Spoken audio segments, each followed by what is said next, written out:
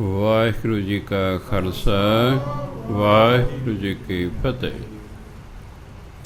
ਸ਼੍ਰੀ ਗੁਰੂ ਗ੍ਰੰਥ ਸਾਹਿਬ ਦੇ ਅੰਕ ਨੰਬਰ 170 ਤੇ ਹੇਠਲਾ ਪੈਰਾ ਹੇਠੋਂ ਕੋਈ 7 ਕੁਲੈਣਾ ਛੱਡ ਕੇ ਗੌੜੀ ਪੂਰਬੀ ਮਹਿਲਾ ਚੌਥਾ। हमरे प्राण वसगत प्रभ तुमरै, मेरा जियो पिंड सब तेरी। दया करो हर दर्श दिखावो, मेरे मन तन लोच कलेरी।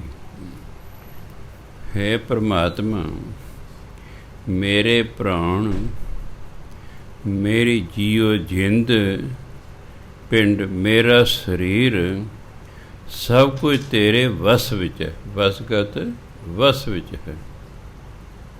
मेरे प्राण, मेरी जिंद, मेरा शरीर, ये सब तेरे वस च ने। दया करो, मेरे ते दया करो। हर दर्श दिखाओ, मैनू दर्शन दिओ। मेरे मन तन लोच कनेरी। लोच दी इच्छा कनेरी मैंने बहुत। मेरे मन की, मेरे तन की बहुत इच्छा है कि तुसी मैनू दर्शन दिओ। इसलिए तुसी मैनू दर्शन दिओ, मेरे ते कृपा करो। मेरे राम मन तन लोच मिलन हर केरी। हे मेरे परमात्मा, मेरे मन च, मेरे तन च तैनू मिलन की इच्छा है। लोच, लोचा, इच्छा। गुर कृपाल कृपा किंचित गुर कीनी। कहते गुरु हैगा कृपालू। कृपालू गुरु ने किंचित होंदी थोड़ी जही, मेरे ते थोड़ी जी कृपा की। गुर कृपाल कृपालू गुरु ने कृपा किंचित गुर कीनी। गुरु ने मेरे ते थोड़ी जी कृपा की। फिर की होया? हर मिलिया आए प्रभ मेरे। परमात्मा आप ही मैनू आके मिल पे। गुरु ने कृपा करती, इच्छा पूरी करती है। क्योंकि परमात्मा की इच्छा पूरक सर्व सुख दाता है। परमात्मा इच्छा पूरी करने वाला है। साड़ी कितनी दृढ़ इच्छा है तो कितनी इच्छा जायज़ है, इस पर निर्भर करता। मैं कहता हाँ जी मेरा गोडी मर जाए तो ये परमात्मा ने देखना उन्हें मारना कि नहीं मारना, क्योंकि तेरी इच्छा ही नहीं ठीक है। इच्छा भी सही होनी चाहिए है, एक तो दृढ़ इच्छा होनी चाहिए। तो जिथे दृढ़ इच्छा होएगी उत्थे यतन भी बहुत करना पएगा। जो इच्छा ही चजदी नहीं, जो ढिली मठा बंदा, फिर यतन भी घट ही करता। पहला इच्छा होनी चाहिए है, वो तीव्र होनी चाहिए। ਕਾਂ है, प्यासा है, बहुत प्यास लगी। इच्छा है कि तो पानी मिले। उड़ रहा है, उड़द्या उड़द्या होर प्यास लग गई है। व्याकुल हो गया, किस तरह पानी मिले। उन्होंने हेठा कहते जग दिसया। उतरिया हेठा, जग के उत्ते बैठा, चुंझ डुबाउण की कोशिश की, पानी नीवें, चुंझ डुबदी ही नहीं। पर इच्छा बड़ी तीव्र है भी पानी पीना ही पीना। सोची जाता। फिर सोचद्या कहना उन्होंने एक स्कीम सुझी। नेरे रोड़ियाँ पईयां सी, उन्हें चक के चुंझ नाल जग च पानी शुरू करती। पानी कहते उपर नूं आ गया। पानी उपर आ गया, उन्हें पीता तो उड़ गया। ताही फिर मॉरल की दिता ना, where there is a will there is a way. जिथे तीव्र इच्छा होएगी रस्ता अपने परमात्मा बनाता है। जे इच्छा ही तीव्र नहीं, जे उन्होंने प्यास ही घट होंदी, उन्हें कहा दफा करो होर कोई लभ दे। ਉਹਦੀ ਹੁਣ ਜਾਨ ਨਿਕਲਦੀ ਹੈ, ਪਾਣੀ ਪੀਣਾ ਹੀ ਪੀਣਾ।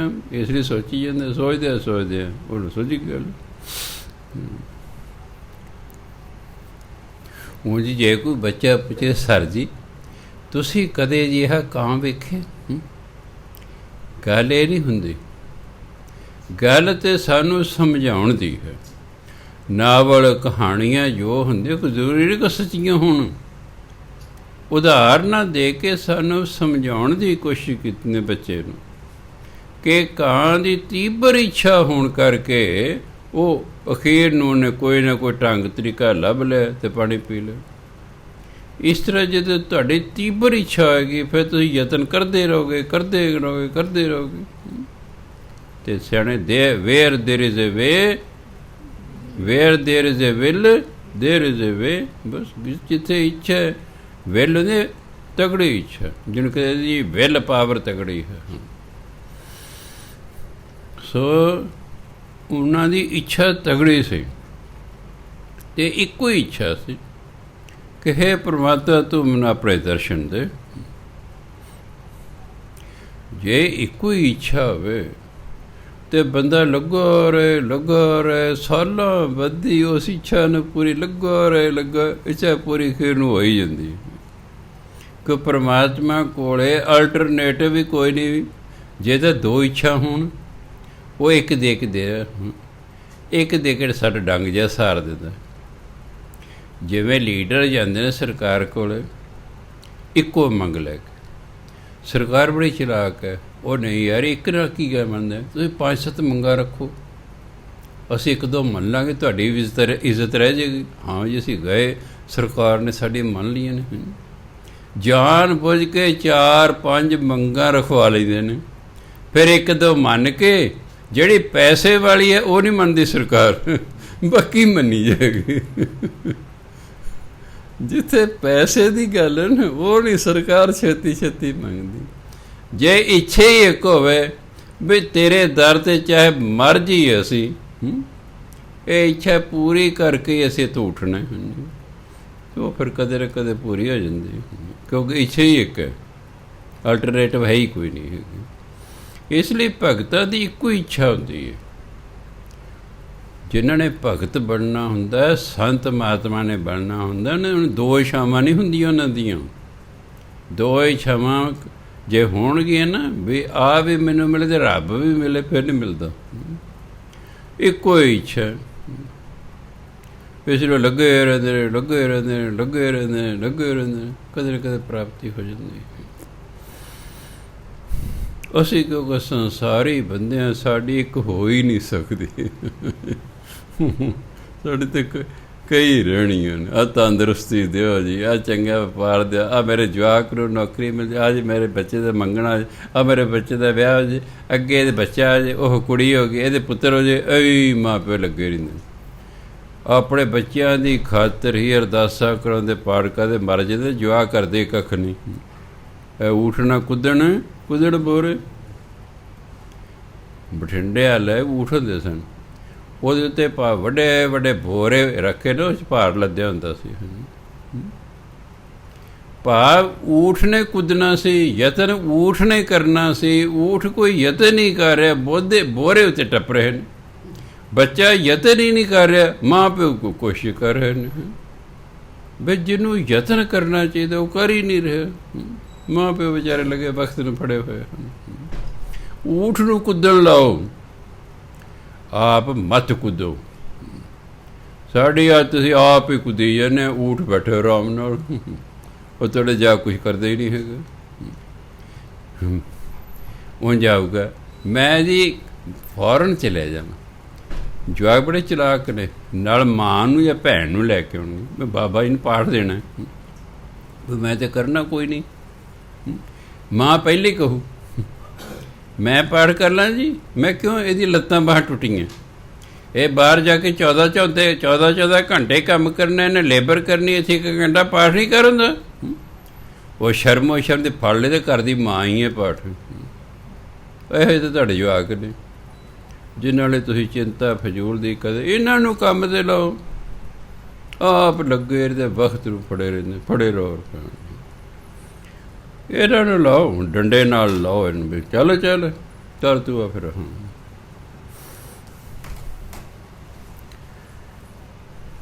ਸੋ ਗੁਰੂ ਮਹਾਰਾਜ ਕਹਿੰਦੇ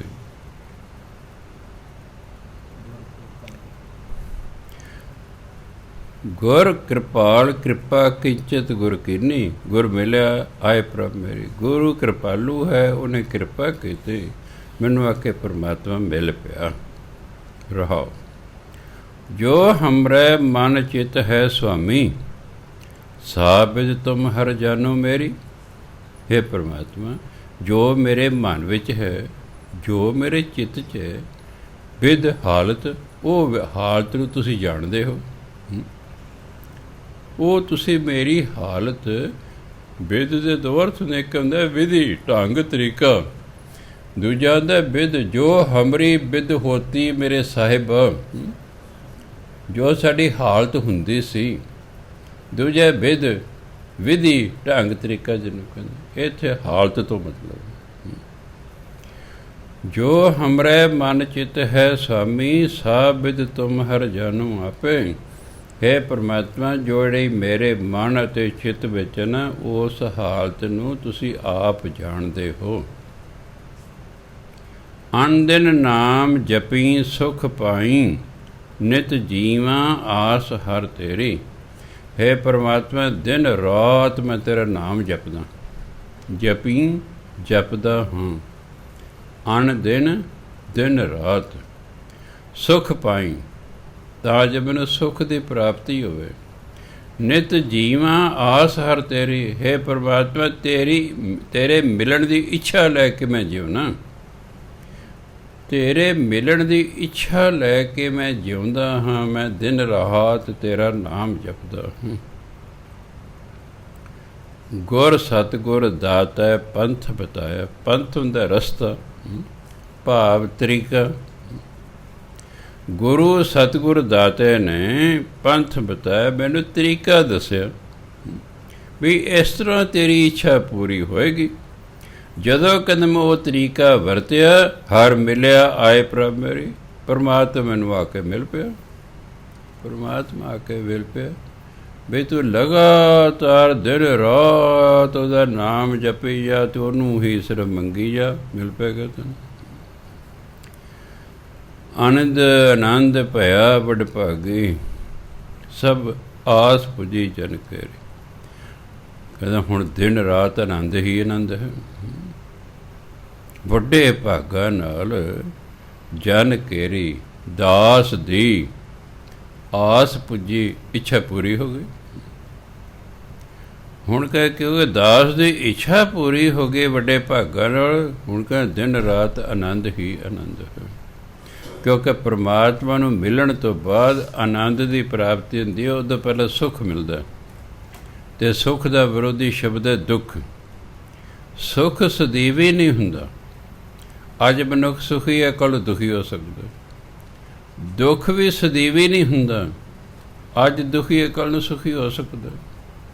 ਅਮੀਰੀ ਵੀ ਸਦੀਵੀ ਨਹੀਂ ਹੁੰਦੀ। ਅੱਜ ਅਮੀਰ ਹੈ, ਕੱਲ੍ਹ ਨੂੰ ਗਰੀਬ ਹੋ ਸਕਦਾ। ਗਰੀਬੀ ਵੀ ਸਦੀਵੀ ਨਹੀਂ ਹੁੰਦੀ। ਅੱਜ ਗਰੀਬ ਹੈ, ਕੱਲ੍ਹ ਅਮੀਰ ਹੋ ਸਕਦਾ ਹੈ। ਪਰਮਾਤਮਾ ਤੋਂ ਉਹਦੇ ਨਾਮ ਤੋਂ ਬਿਨਾਂ ਕੁਝ ਵੀ ਸਦੀਵੀ ਨਹੀਂ, ਸਭ ਬਦਲਣਯੋਗ ਹੈ। ਆਨੰਦ ਇੱਕ ਐਸਾ ਸ਼ਬਦ ਹੈ ਜਿਹਦਾ ਵਿਰੋਧੀ ਸ਼ਬਦ ਹੀ ਕੋਈ ਨਹੀਂ। ਇੱਕ ਐਸੀ ਅਵਸਥਾ ਹੈ ਜਿਹੜੀ ਪਰਮਾਤਮਾ ਦੀ ਪ੍ਰਾਪਤੀ ਤੋਂ ਬਾਅਦ ਮਿਲਦਾ, ਉਦੋਂ ਪਹਿਲਾਂ ਨਹੀਂ ਮਿਲਦਾ। ਆਪਾਂ ਨਾਮ ਜਪ ਰਹੇ ਹਾਂ, ਬਾਣੀ ਪੇ ਸਾਨੂੰ ਸੁੱਖ ਤਾਂ ਮਿਲੇਗਾ, ਆਨੰਦ ਨਹੀਂ ਮਿਲਦਾ। ਆਨੰਦ ਸਿਰਫ ਉਦੋਂ ਪ੍ਰਾਪਤ ਹੈ ਜਦੋਂ ਪਰਮਾਤਮਾ ਦੀ ਪ੍ਰਾਪਤੀ ਹੋ ਜਾਏਗੀ। ਉੱਥੇ ਉਦੋਂ ਜਾ ਕੇ ਫਿਰ ਜਿਹੜੀ ਹੈ ਸਾਡੀ ਆਤਮਿਕ ਅਵਸਥਾ, ਉਹ ਇਕਸਾਰ ਹੋ ਜਾਂਦੀ। ਇਹ ਮਨ ਅਡੋਲ ਹੋ ਜਾਂਦਾ।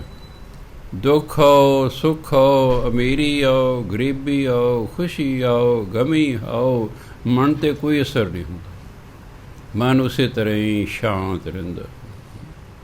ਪੰਚਮ ਪਾਤਸ਼ਾਹ ਆਨੰਦ ਵਿੱਚ ਸਨ। ਇਸੇ ਤੱਤੀ ਤਵੀ 'ਤੇ ਬੈਠੇ ਵੀ ਸ਼ਾਂਤ ਨੇ। ਜੇ ਬੇਸ਼ਾਂਤ ਹੋ ਜਾਂਦੇ ਸੋਚਾ ਸ਼ਰਾਪ ਦੇ ਦਿੰਦੇ, ਕਿਉਂਕਿ ਅੰਦਰ ਆਨੰਦ ਹੈ। ਠੀਕ ਹੈ, ਸਰੀਰ ਸੜ ਰਿਹਾ ਹੈ, ਜਿਹੜੀ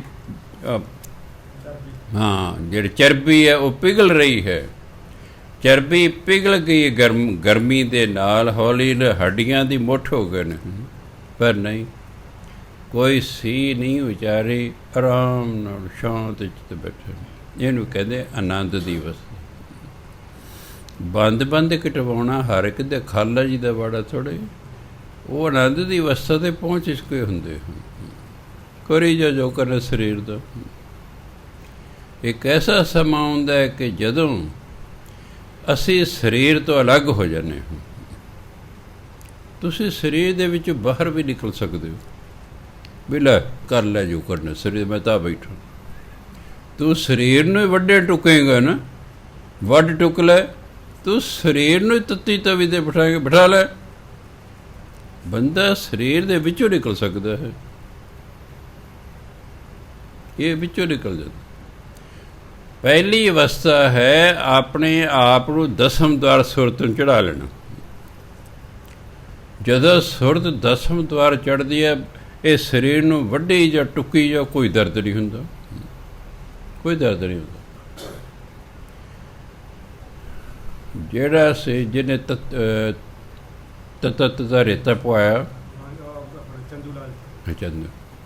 ਚੰਦੂ, ਉਹਨੂੰ ਪਤਾ ਸੀ ਵੀ ਇਹ ਜਿਹੜੇ ਗੁਰੂ ਹੁੰਦੇ ਨੇ ਇਹ ਸਵਾਸ ਦਸਮਦਾਰ ਚੜ੍ਹਾ ਲੈਂਦੇ ਨੇ, ਬਾਕੀ ਸਰੀਰ ਦਾ ਸੇਕ ਹੀ ਨਹੀਂ ਲੱਗਣਾ, ਜੋ ਮਰਜ਼ੀ ਕਰੀ ਜਾਓ।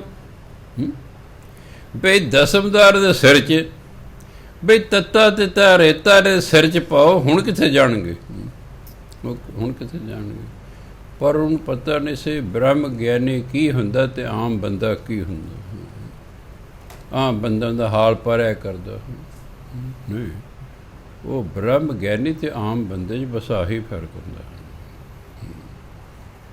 ਉਹ ਦਸਮ ਦੁਆਰ ਕੀ ਹੈ, ਜੇ ਚਾਹੁਣ ਆਪਣੇ ਆਪ ਨੂੰ ਇਸ ਸਥੂਲ ਸਰੀਰ 'ਚੋਂ ਬਾਹਰ ਕੱਢ ਸਕਦੇ ਨੇ। ਜਿਵੇਂ ਬੰਦਾ ਜਦੋਂ ਮਰਦਾ, ਇਸ ਦੇ ਵਿੱਚ ਜਿਹੜਾ ਸੂਖਸ਼ਮ ਸਰੀਰ ਹੈ, ਜਿਸ ਨੇ ਦੁੱਖ ਸੁੱਖ ਮਹਿਸੂਸ ਕਰਨਾ ਹੈ, ਉਹ ਵਿੱਚੋਂ ਨਿਕਲ ਜਾਂਦਾ, ਉਹ ਵਿੱਚੋਂ ਨਿਕਲ ਜਾਂਦਾ।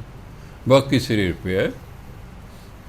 ਜਿਸ ਨੇ ਦੁੱਖ ਸੁੱਖ ਮਹਿਸੂਸ ਕਰਨਾ ਸੀ, ਉਹ ਜਮਦੂਤ ਉਸ ਸਰੀਰ ਨੂੰ ਤਾਂ ਵਿੱਚੋਂ ਕੱਢ ਕੇ ਲੈ ਗਏ ਨੇ, ਉਹਨੂੰ ਕਿਹਾ ਸੂਖਸ਼ਮ ਸਰੀਰ। ਬਾਕੀ ਤੇ ਸਥੂਲ ਸਰੀਰ ਹੈ, ਇਹਨੂੰ ਮਗਰੋਂ ਅੱਗ 'ਤੇ ਸੁੱਟ ਦਿਓ, ਚਾਹੇ ਪਾਣੀ 'ਚ ਰੋੜ ਦਿਓ, ਚਾਹੇ ਜੋ ਮਰਜ਼ੀ ਕਦੇ ਡੈਡ ਬੋਡੀ ਦਾ।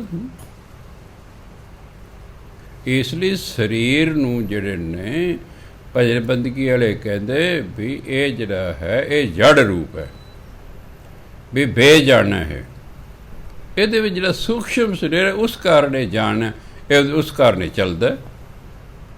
ਅਤੇ ਜਮਦੂਤ ਸੂਖਸ਼ਮ ਸਰੀਰ ਨੂੰ ਕੱਢ ਕੇ ਲੈ ਜਾਂਦੇ ਨੇ।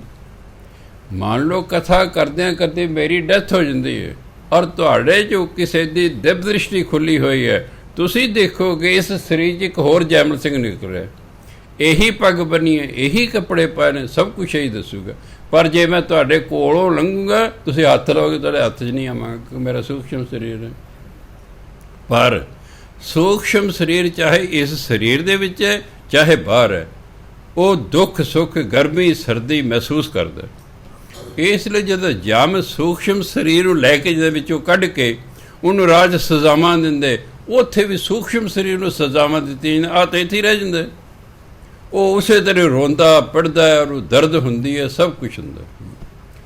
ਐਕਚੁਅਲੀ ਜਿਹੜਾ ਹੈ ਸਾਡੇ ਜਿਹੜੇ ਅੰਦਰ ਜਿਹੜਾ ਸੂਖਸ਼ਮ ਸਰੀਰ ਹੈ, ਇਹੀ ਦੁੱਖ ਸੁੱਖ ਮਹਿਸੂਸ ਕਰਦਾ, ਬਾਹਰਲਾ ਸਰੀਰ ਨਹੀਂ ਕਰਦਾ। ਤੁਸੀਂ ਜਿਨ੍ਹਾਂ ਦਾ ਅਭਿਆਸ ਹੈ, ਯੋਗੀਆਂ ਦਾ, ਭਗਤਾਂ ਦਾ, ਉਹ ਸਰੀਰ ਨੂੰ ਵਿੱਚੋਂ ਕੱਢ ਲੈਂਦੇ ਨੇ। ਉਹ ਆਪਣੇ ਸੂਖਸ਼ਮ ਸਰੀਰ ਨੂੰ ਸਥੂਲ ਸਰੀਰ 'ਚੋਂ ਵਿੱਚੋਂ ਕੱਢ ਕੇ ਜਦੋਂ ਮਰਜ਼ੀ ਮਿਲ ਕੇ ਲਾਉਣ ਅਤੇ ਮੁੜ ਕੇ ਪ੍ਰਵੇਸ਼ ਕਰ ਜਾਣ। ਮੈਨੂੰ ਇਹ ਦੱਸਿਆ ਸੀ ਇਹਨੇ, ਉਂਝ ਤਾਂ ਮੈਂ ਪੜ੍ਹਿਆ ਹੋਇਆ ਸੀ, ਪਰ ਆਜ਼ਾਦ ਸਿੰਘ ਜਿਹੜਾ ਸੀ ਇਹ ਸੇਵਾਦਾਰ ਸੀ। ਗਿਆਨੀ ਕੀ ਸਨ, ਨਿਰੰਜਨ ਸਿੰਘ ਜੀ, ਹੁਣ ਸੇਵਾਦਾਰ ਸੀ, ਉਹ ਵੀ ਬ੍ਰਹਮ ਗਿਆਨੀ ਸਨ। ਉਹ ਵੀ ਆਪਣੇ ਸਰੀਰ 'ਚੋਂ ਨਿਕਲ ਸਕਦੇ ਸਨ। ਉਹ ਇਹਨਾਂ ਨੇ ਹੁਣ ਜਿਹੜਾ ਹੈ ਉਹਨਾਂ ਸੱਦਣਾ, ਇਹਨੇ ਸਵੇਰੇ ਜਿਹੜਾ ਦਰਵਾਜ਼ੇ ਅੱਗੇ ਬਹਿ ਜਾਣਾ, ਉਹਨੇ ਕਿਹਾ ਪਿਆਵੇ ਨਾ ਖੜਕਾਇਆ ਸੀ ਭਜਨ ਬੰਦਗੀ ਕਰਨੀ, ਕੋਈ ਆਵੇ ਇਹਨਾਂ ਅੰਦਰ, ਜਿੰਨਾ ਚਿਰ ਅਸੀਂ ਨਹੀਂ ਅੰਦਰੋਂ ਤੈਨੂੰ ਇਸ਼ਾਰਾ ਕਰਦੇ, ਕੋਈ ਐਵੇਂ ਨਾ ਅੱਜ ਬੈਠਾ ਰਹਿੰਦਾ ਸੀ। ਇਹ ਕਹਿੰਦਾ ਮੈਨੂੰ ਨਾ ਆਵਾਜ਼ਾਂ ਸੁਣਨੀਆਂ, ਆਓ ਜੀ, ਬੈਠੋ ਜੀ, ਕੀ ਹਾਲ ਚਾਲ ਹੈ ਜੀ, ਹੈ। ਮੈਂ ਕਿਹਾ ਹੈਣ ਤੇ ਇਕੱਲੇ, ਇਹ ਗੱਲਾਂ ਅੰਮ੍ਰਿਤ ਵੇਲੇ ਗੱਲਾਂ ਕਿਤੇ ਨਾ ਕਰਦੇ ਨੇ। ਕਾਫੀ ਐਂ ਸਮਾਂ ਬੀਤ ਗਿਆ, ਹੌਲੀ ਹੌਲੀ ਮੇਰਾ ਪਿਆਰ ਹੋ ਗਿਆ। ਕਹਿੰਦਾ ਮੈਂ ਇੱਕ ਦਿਨ ਪੁੱਛਿਆ ਮੈਂ ਮਹਾਰਾਜ ਜੀ ਕਹਿੰਦੇ ਮਹਾਰਾਜ ਜੀ ਮੇਰੀ ਇੱਕ ਬੇਨਤੀ ਹੈ, ਤੁਸੀਂ ਸਵੇਰੇ ਕਿਹਦੇ ਨਾਲ ਗੱਲਾਂ ਕਰ ਰਹੇ ਹੁੰਦੇ ਹੋ? ਉਹ ਨਿੱਕਾ ਕਹਿੰਦੇ ਸੀ ਇਹਨਾਂ ਨੂੰ। ਕਹਿੰਦੇ ਨਿੱਕਿਆ, ਸੰਤ ਮਹਾਤਮਾ ਸਾਨੂੰ ਮਿਲਣ ਆਏ ਨੇ ਸੂਖਮ ਰੂਪ 'ਚ।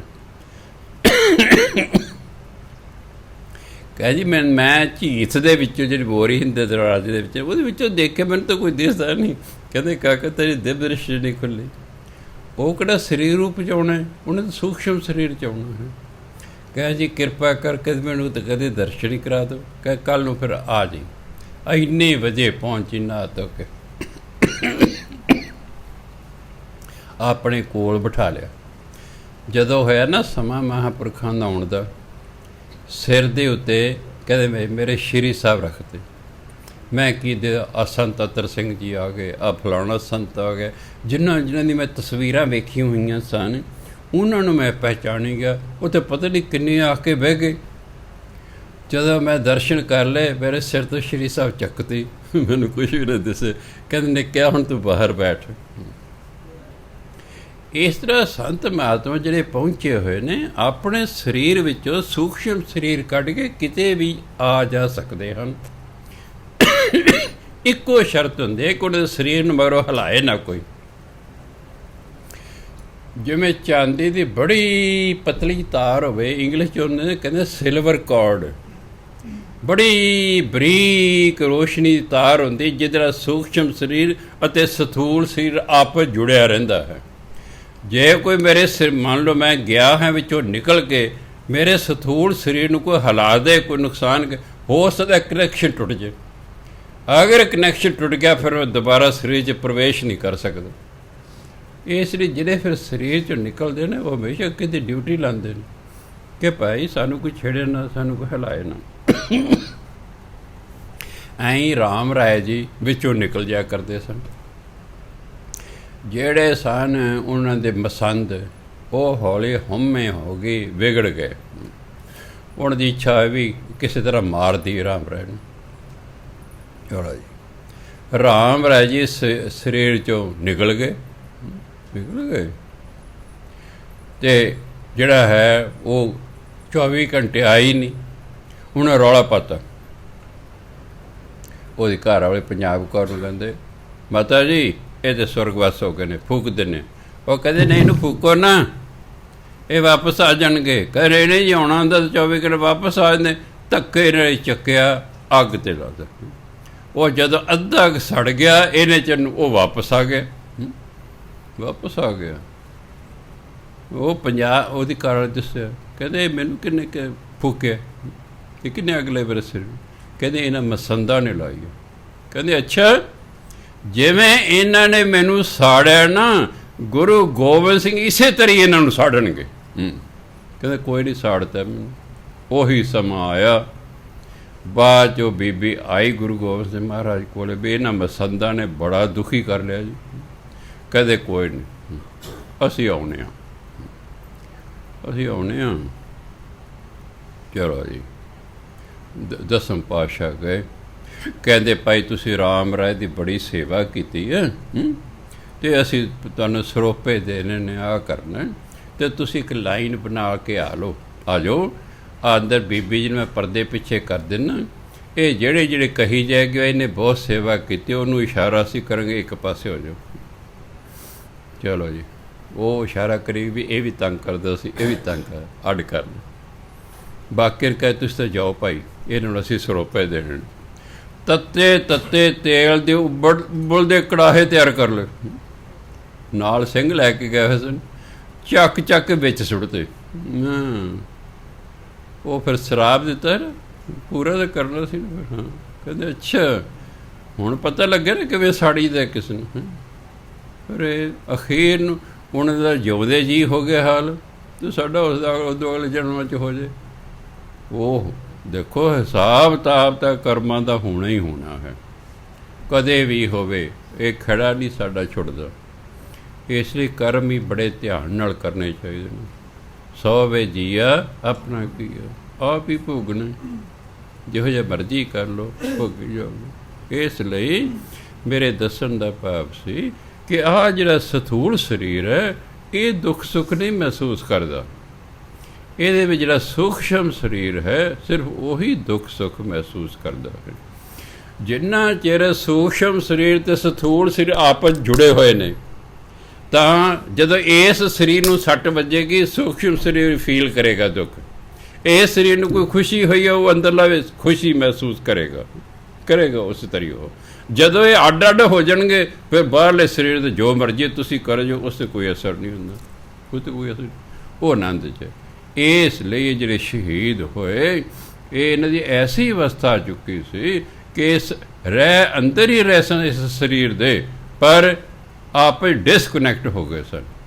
ਬਾਹਰਲੇ ਸਰੀਰ ਦਾ ਅੰਦਰਲੇ ਸਰੀਰ 'ਤੇ ਕੋਈ ਅਸਰ ਹੀ ਨਹੀਂ ਸੀ ਹੋ ਰਿਹਾ, ਇਸ ਲਈ ਉਹ ਬੈਠੇ ਆਨੰਦ ਨਾਲ। ਆ ਸਾਰਾ ਕੁਝ ਦੱਸਣ ਤੋਂ ਮੇਰਾ ਮਤਲਬ ਹੈ ਸਾਨੂੰ ਕਿਸੇ ਤਰ੍ਹਾਂ ਸਮਝ ਆਵੇ ਕਿਵੇਂ ਏਡੇ ਵੱਡੇ ਦੁੱਖ ਸਹਿ ਗਏ ਹਨ। ਇਸ ਤਰ੍ਹਾਂ ਸਹਿੰਦੇ ਬੰਦੇ, ਐਸੀਆਂ ਅਵਸਥਾਵਾਂ ਆ ਜਾਂਦੀਆਂ। ਭਗਤ ਦੀ ਕੀ ਕਰਦੇ, ਗੁਰੂ ਮਹਾਰਾਜ ਕਿਰਪਾ ਕਰ। ਗੁਰੂ ਮਹਾਰਾਜ ਕਹਿੰਦੇ ਜਗਨਨਾਥ ਜਗਦੀਸ਼ਵਰ ਕਰਤੇ ਸਭ ਵਸਗਤ ਹੈ ਹਰ ਕੇਰੀ ਪਲੇ ਪਏ ਜਨ ਨਾਨਕ ਸ਼ਰਨਾਗਤ ਆਏ ਹਰ ਰਾਖੋ ਪੈ ਜਨ ਘੇਰੀ। ਕਿ ਮੈਂ ਤੁਹਾਡੀ ਸ਼ਰਨ 'ਚ ਆਇਆ ਹਾਂ, ਹੁਣ ਕਹਿੰਦੇ ਮੇਰੀ ਲਾਜ ਰੱਖੋ ਕਿਉਂਕਿ ਮੇਰਾ ਸਭ ਕੁਝ ਤੁਹਾਡੇ ਵੱਸ 'ਚ ਹੈ। ਹੇ ਜਗਨਨਾਥ, ਹੇ ਜਗਤ ਦੇ ਮਾਲਕ, ਜਗਦੀਸ਼ਰ, ਹੇ ਜਗਤ ਦੇ ਈਸ਼ਵਰ, ਸਾਰਾ ਕੁਝ ਤੇਰੇ ਵੱਸ 'ਚ ਹੈ। ਮੈਂ ਕਿ ਤੇਰੀ ਸ਼ਰਨ 'ਚ ਆ ਗਿਆ ਹਾਂ, ਹੁਣ ਕਹੇ ਤੁਸੀਂ ਮੇਰੀ ਲਾਜ ਰੱਖੋ। ਅਤੇ ਪਰਮਾਤਮਾ ਦਾ ਸੁਭਾਅ ਹੈ ਜੋ ਸ਼ਰਨ ਆਵੈ ਤਿਸ ਕੰਠ ਲਾਵੈ, ਇਹ ਬਿਰਧ ਸੁਆਮੀ ਸੰਤਾ। ਬਿਰਧ ਦਾ ਸੁਭਾਅ, ਉਹ ਸੁਭਾਅ ਜਿਹੜਾ ਕਦੇ ਨਾ ਬਦਲੇ। ਸਾਡਾ ਸੁਭਾਅ ਤਾਂ ਕਦੇ ਤੱਤਾ ਕਦੇ ਠੰਡਾ, ਸਾਡਾ ਬਦਲਦਾ ਹੀ ਰਹਿੰਦਾ। ਸਾਡਾ ਸੁਭਾਅ 40 ਮਿੰਟਾਂ ਬਾਅਦ ਬਦਲਦਾ ਰਹਿੰਦਾ। 40 ਜਦੋਂ ਇਸ ਨਾਸ ਦੇ ਵਿੱਚੋਂ ਸਾਹ ਆ ਜਾ ਰਿਹਾ ਸੌਖਾ, ਤੁਸੀਂ ਕਦੇ ਵੀ ਦੇਖੋ ਇੱਕ ਨਾਸ ਬੰਦ ਨਿਕਲ ਤਲੀ ਦੇ ਸਾਹ ਲਓ, ਆਸਾਨੀ ਨਾਲ ਆਊਗਾ। ਇਹ ਬੰਦੇ ਫਿਰ ਇਹ 'ਚ ਥੋੜ੍ਹਾ ਔਖਾ ਹੋਏਗਾ ਸਾਹ। ਦੋਨਾਂ ਨਾਸਾਂ 'ਚ ਇੱਕ ਸਾਰ ਸਾਹ ਨਹੀਂ ਹੁੰਦਾ। ਇੱਕ ਸਮੇਂ ਇੱਕੋ ਨਾਸ ਚੱਜ ਨਾਲ ਚੱਲ ਰਹੀ ਹੈ, ਦੂਜੀ ਘੱਟ ਚੱਲ ਰਹੀ ਹੁੰਦੀ। ਹੁਣ ਜੇ ਖੱਬੀ ਨਾਸ ਚੱਲ ਰਹੀ ਹੈ ਤਾਂ ਅਸੀਂ ਸ਼ਾਂਤ ਚਿੱਤ ਰਹਾਂਗੇ, ਸਾਡਾ ਠੰਡਾ ਰਹੇਗਾ ਮਨ। ਜਦੋਂ ਸੱਜੀ ਨਾਸ ਚਾਲੂ ਹੋਈ 40 ਮਿੰਟਾਂ ਬਾਅਦ, ਬਸ ਸਾਨੂੰ ਰਾਤੀ ਕਿਸੇ ਨੇ ਕੋਈ ਕਿਹਾ ਨਹੀਂ ਤੁਸੀਂ ਅੱਗ ਬੁਗਲੇ ਹੋਏ ਨਹੀਂ। ਬੰਦਾ ਉਹੀ ਹੁੰਦਾ। 1 ਮਿੰਟ ਪਹਿਲਾਂ ਮੰਨ ਲਓ ਮੇਰੀ ਖੱਬੀ ਨਾਸ ਚੱਲਦੀ ਸੀ, ਮੈਂ ਸ਼ਾਂਤ ਚਿੱਤ ਹਾਂ। 1 ਮਿੰਟ ਬਾਅਦ 40 ਮਿੰਟ ਹੋ ਗਏ, 40 ਉਸ ਮਿੰਟ ਬਾਅਦ ਮੇਰੀ ਸੱਜੀ ਨਾਸ ਚੱਲਣ ਲੱਗ ਗਈ। ਮੈਨੂੰ ਰਾਤੀ ਕੋਈ ਕਹੂਗਾ ਮੈਂ ਤੱਤਾ ਹੋ ਜਾਵਾਂ, ਕਿਉਂ ਉਹ ਗਰਮ ਹੁੰਦਾ। ਇਸੇ ਤਰ੍ਹਾਂ ਸਾਡਾ ਸੁਭਾਅ 40 ਮਿੰਟਾਂ ਬਾਅਦ ਬਦਲਦਾ ਰਹਿੰਦਾ ਆਮ ਬੰਦੇ ਦਾ। ਇੱਕ ਸਮਾਂ ਐਸਾ ਹੁੰਦਾ ਜਦੋਂ ਸਾਡੇ ਸਵਾਸ ਸੁਖਮਨ ਨਾੜੀ ਚੱਲਦੇ ਨੇ, ਜਿਹੜੀ ਰੀੜ੍ਹ ਦੀ ਹੱਡੀ ਹੈ ਨਾ, ਡਾਕਟਰ ਨੂੰ ਪੁੱਛ ਕੇ ਦੇਖਿਓ, ਸਾਡੀ ਰੀੜ੍ਹ ਦੀ ਹੱਡੀ 'ਚ ਇੱਕ ਬੜੀ ਬਰੀਕ ਨਾੜੀ ਹੁੰਦੀ ਹੈ। ਕਈ ਵਾਰੀ ਆਪਾਂ ਡਿੱਗ ਪਏ ਹਾਂ, ਉਸ ਨਾੜੀ ਦੇ ਸੱਟ ਵੱਜੀ ਹੈ ਨਾ, ਬਸ ਬੰਦਾ ਮੰਜੇ 'ਤੇ ਪੈ ਜਾਂਦਾ, ਹਿਲ ਜੁਲ ਨਹੀਂ ਹੁੰਦਾ। ਕਹਿੰਦੇ ਇਹਦੀ ਨਾਸ ਫਿਸ ਗਈ ਹੈ, ਦਬ ਗਈ। ਉਹ ਅੰਦਰ ਸੁਖਮਨ ਨਾੜੀ ਹੁੰਦੀ ਹੈ। ਉਹ ਜਦੋਂ ਉਹਦੇ ਰਾਹੀਂ ਸਵਾਸ ਚੱਲਦੇ ਨੇ, ਸਾਡੇ ਦੋਨੋਂ ਨਾਸਾਂ ਇੱਕ ਸਾਰ ਚੱਲਣ ਲੱਗ ਜਾਂਦੀਆਂ। ਫਿਰ ਦੋਨਾਂ 'ਚ ਬਰਾਬਰ ਸਾਹ ਹੁੰਦਾ। ਇਸ ਲਈ ਅਸੀਂ ਇੱਕੋ ਸੁਭਾਅ ਦੇ ਹੋ ਜਾਂਦੇ ਹਾਂ, ਕਿਉਂਕਿ ਦੋਨਾਂ 'ਚ ਇੱਕੋ ਤਰ੍ਹਾਂ ਆ ਰਿਹਾ। ਇਸ ਲਈ ਸਾਡਾ ਸੁਭਾਅ 40 ਮਿੰਟਾਂ ਫਿਰ ਬਦਲਦਾ ਨਹੀਂ ਹੈ। ਨਹੀਂ ਤਾਂ ਆਮ ਬੰਦੇ ਦਾ 40 ਮਿੰਟਾਂ ਵਿੱਚ ਇੱਕ ਨਾਸ 40 ਮਿੰਟ ਹੀ ਚੱਲਦੀ ਹੈ, ਫਿਰ ਦੂਜੀ ਚੱਲਣ ਲੱਗਦੀ। ਹੁਣ ਰੱਬ ਨਾ ਕਰੇ ਰਾਤ ਨੂੰ ਤੁਹਾਨੂੰ ਬਲੱਡ ਪ੍ਰੈਸ਼ਰ ਹਾਈ ਹੋ ਗਿਆ ਹੈ, ਆਪਣੇ ਖੱਬੇ ਪਾਸੇ ਸੌਂ ਜਾਓ, ਸੱਜੇ ਪਾਸੇ ਸੌਂ ਜਾਓ। ਜਦੋਂ ਸੱਜੇ ਪਾਸੇ ਸੌਂਗੇ ਤੁਹਾਡੀ ਖੱਬੀ ਨਾਸ ਚਾਲੂ ਹੋ ਜਾਏਗੀ ਆਪਣੇ ਆਪ ਹੀ। ਖੱਬੀ ਨਾਸ ਚੱਲ ਇਹ ਹੈਗੀ ਠੰਡ ਦੇਣ ਵਾਲੀ, ਤੁਹਾਨੂੰ ਜਿਹੜਾ ਹੈ ਥੋੜ੍ਹੀ ਠੰਡਕ ਮਿਲੇਗੀ। ਕੁਝ ਸਮੇਂ ਲਈ ਤੁਹਾਡਾ ਬਲੱਡ ਪ੍ਰੈਸ਼ਰ ਥੋੜ੍ਹੇ ਲੋ ਹੋ ਜਾਏਗਾ, ਇਹਦੇ 'ਚ ਇਹਨੂੰ ਫਸਟ ਏਡ ਲੈ ਲਿਓ। ਅਗਰ ਲੋ ਹੋ ਗਿਆ ਹੈ, ਸਰੀਰ ਨਿਢਾਲ ਹੋ ਗਿਆ ਬਿਲਕੁਲ, ਬਲੱਡ ਪ੍ਰੈਸ਼ਰ ਲੋ ਹੋ ਗਿਆ, ਖੱਬੇ ਪਾਸੇ ਨੂੰ ਸੌਂ ਜਾਓ, ਸੱਜੀ ਨਾਲ ਚੱਲਣੀ ਸ਼ੁਰੂ ਹੋ ਜਾਏਗੀ, ਉਹ ਗਰਮ ਹੋਣਾ ਆ ਜਾਏਗਾ, ਸਰੀਰ ਗਰਮ ਹੋਣਾ ਆ ਜਾਏਗਾ। ਇਹ ਤਾਂ ਹੈ ਜਿਵੇਂ ਆਪਾਂ ਫਸਟ ਏਡ ਦਿੰਦੇ, ਉਹਦੇ ਬਾਅਦ ਵੀ ਹਸਪਤਾਲ ਡਾਕਟਰ ਨੇ ਉਹਨਾਂ ਕੋਲ ਇੰਨਾ ਫਰਕ ਪੈਂਦਾ ਖੱਬੇ ਸੱਜੇ ਸੌਣ ਦਾ ਵੀ। ਇਸ ਲਈ ਜਿਨ੍ਹਾਂ ਨੂੰ ਬਲੱਡ ਪ੍ਰੈਸ਼ਰ ਹੋਵੇ ਨਾ, ਉਹਨਾਂ ਨੂੰ ਕੋਸ਼ਿਸ਼ ਕਰਨੀ ਹੈ ਵੱਧ ਤੋਂ ਵੱਧ ਰਾਤ ਨੂੰ ਸੱਜੇ ਪਾਸੇ ਸੌਣ ਦੀ, ਤਾਂ ਜੋ ਖੱਬੀ ਨਾੜ ਚੱਲਦੀ ਰਹੇ ਤੇ ਸ਼ਾਂਤ ਰਹੇ। ਬਾਕੀ ਇੱਕੋ ਪਾਸੇ ਰਬਤ ਸੌਣਾ ਮੁਸ਼ਕਿਲ ਦਾ ਪਾਸਾ ਤਾਂ ਆਪਾਂ ਬਦਲਦੇ ਰਹਿੰਦੇ। ਇਹ ਜਿਹੜੇ ਛੋਟੇ ਬੱਚੇ ਹੁੰਦੇ ਨੇ ਇਹ ਤਾਂ ਪੈ ਰਹਿੰਦੇ ਨੇ, ਪੁੱਠੇ ਪੈ ਗਏ ਘੰਟਿਆਂ ਬਾਅਦ ਪੁੱਠੇ ਹੀ ਪੈ ਰਹਿਣਾ, ਇੱਕ ਪਾਸੇ ਪੈ ਗਏ ਇੱਕੋ ਪਾਸੇ ਪੈਣੇ। ਜੇ ਲੱਤ ਇੱਕ ਹੇਠਾਂ ਲਮਕ ਗਈ ਮੰਜੇ ਤੋਂ ਲਮਕੀ ਰਹਿਣੀ ਸਾਰੀ ਰਾਤ। ਉਹ ਇੱਕ ਅਵਸਥਾ ਹੋਰ ਹੁੰਦੀ ਹੈ ਬੱਚੇ ਦੀ, ਸਾਡੀ ਅਵਸਥਾ ਹੋਰ ਹੈ। ਜਿਉਂ ਮਾਸ ਸਾਡਾ ਘਟਦਾ ਜਾਏਗਾ, ਹੱਡੀਆਂ ਦੀ ਮੁੱਠ ਰਹਿ ਜਾਏਗੀ, ਵਾਰੀ ਪਾਸੇ ਬਦਲਣੇ ਪੈਣਗੇ। ਉਹ ਹੱਡੀਆਂ ਨੇ ਛੇਤੀ ਥੱਕ ਜਾਂਦੀਆਂ, ਫਿਰ ਬੰਦਾ ਪਾਸੇ ਹੁੰਦਾ। ਜੇ ਚਰਬੀ ਵਾਹਵਾ ਫਿਰ ਤੁਸੀਂ ਕਾਫੀ ਦੇਰ ਇੱਕੋ ਪਾਸੇ ਸੌਂ ਸਕਦੇ ਹੋ। ਖੈਰ, ਗੌੜੀ ਪੂਰਬੀ ਮਹਿਲਾ ਚੌਥਾ। ਇਹ ਮਨੁਆ ਖਿਨ ਨਾ ਟਿਕੈ ਬਹੁ ਰੰਗੀ, ਦਹਿ ਦਿਸ ਚੱਲ ਹਾਂਡੇ। ਇਹ ਮਨ ਹੈ, ਇਹ ਕਈ ਤਰੀਕਿਆਂ ਭੱਜਿਆ ਫਿਰਦਾ, ਕਦੇ ਕਿਸੇ ਪਾਸੇ ਕਦੇ ਕਿਸੇ ਪਾਸੇ।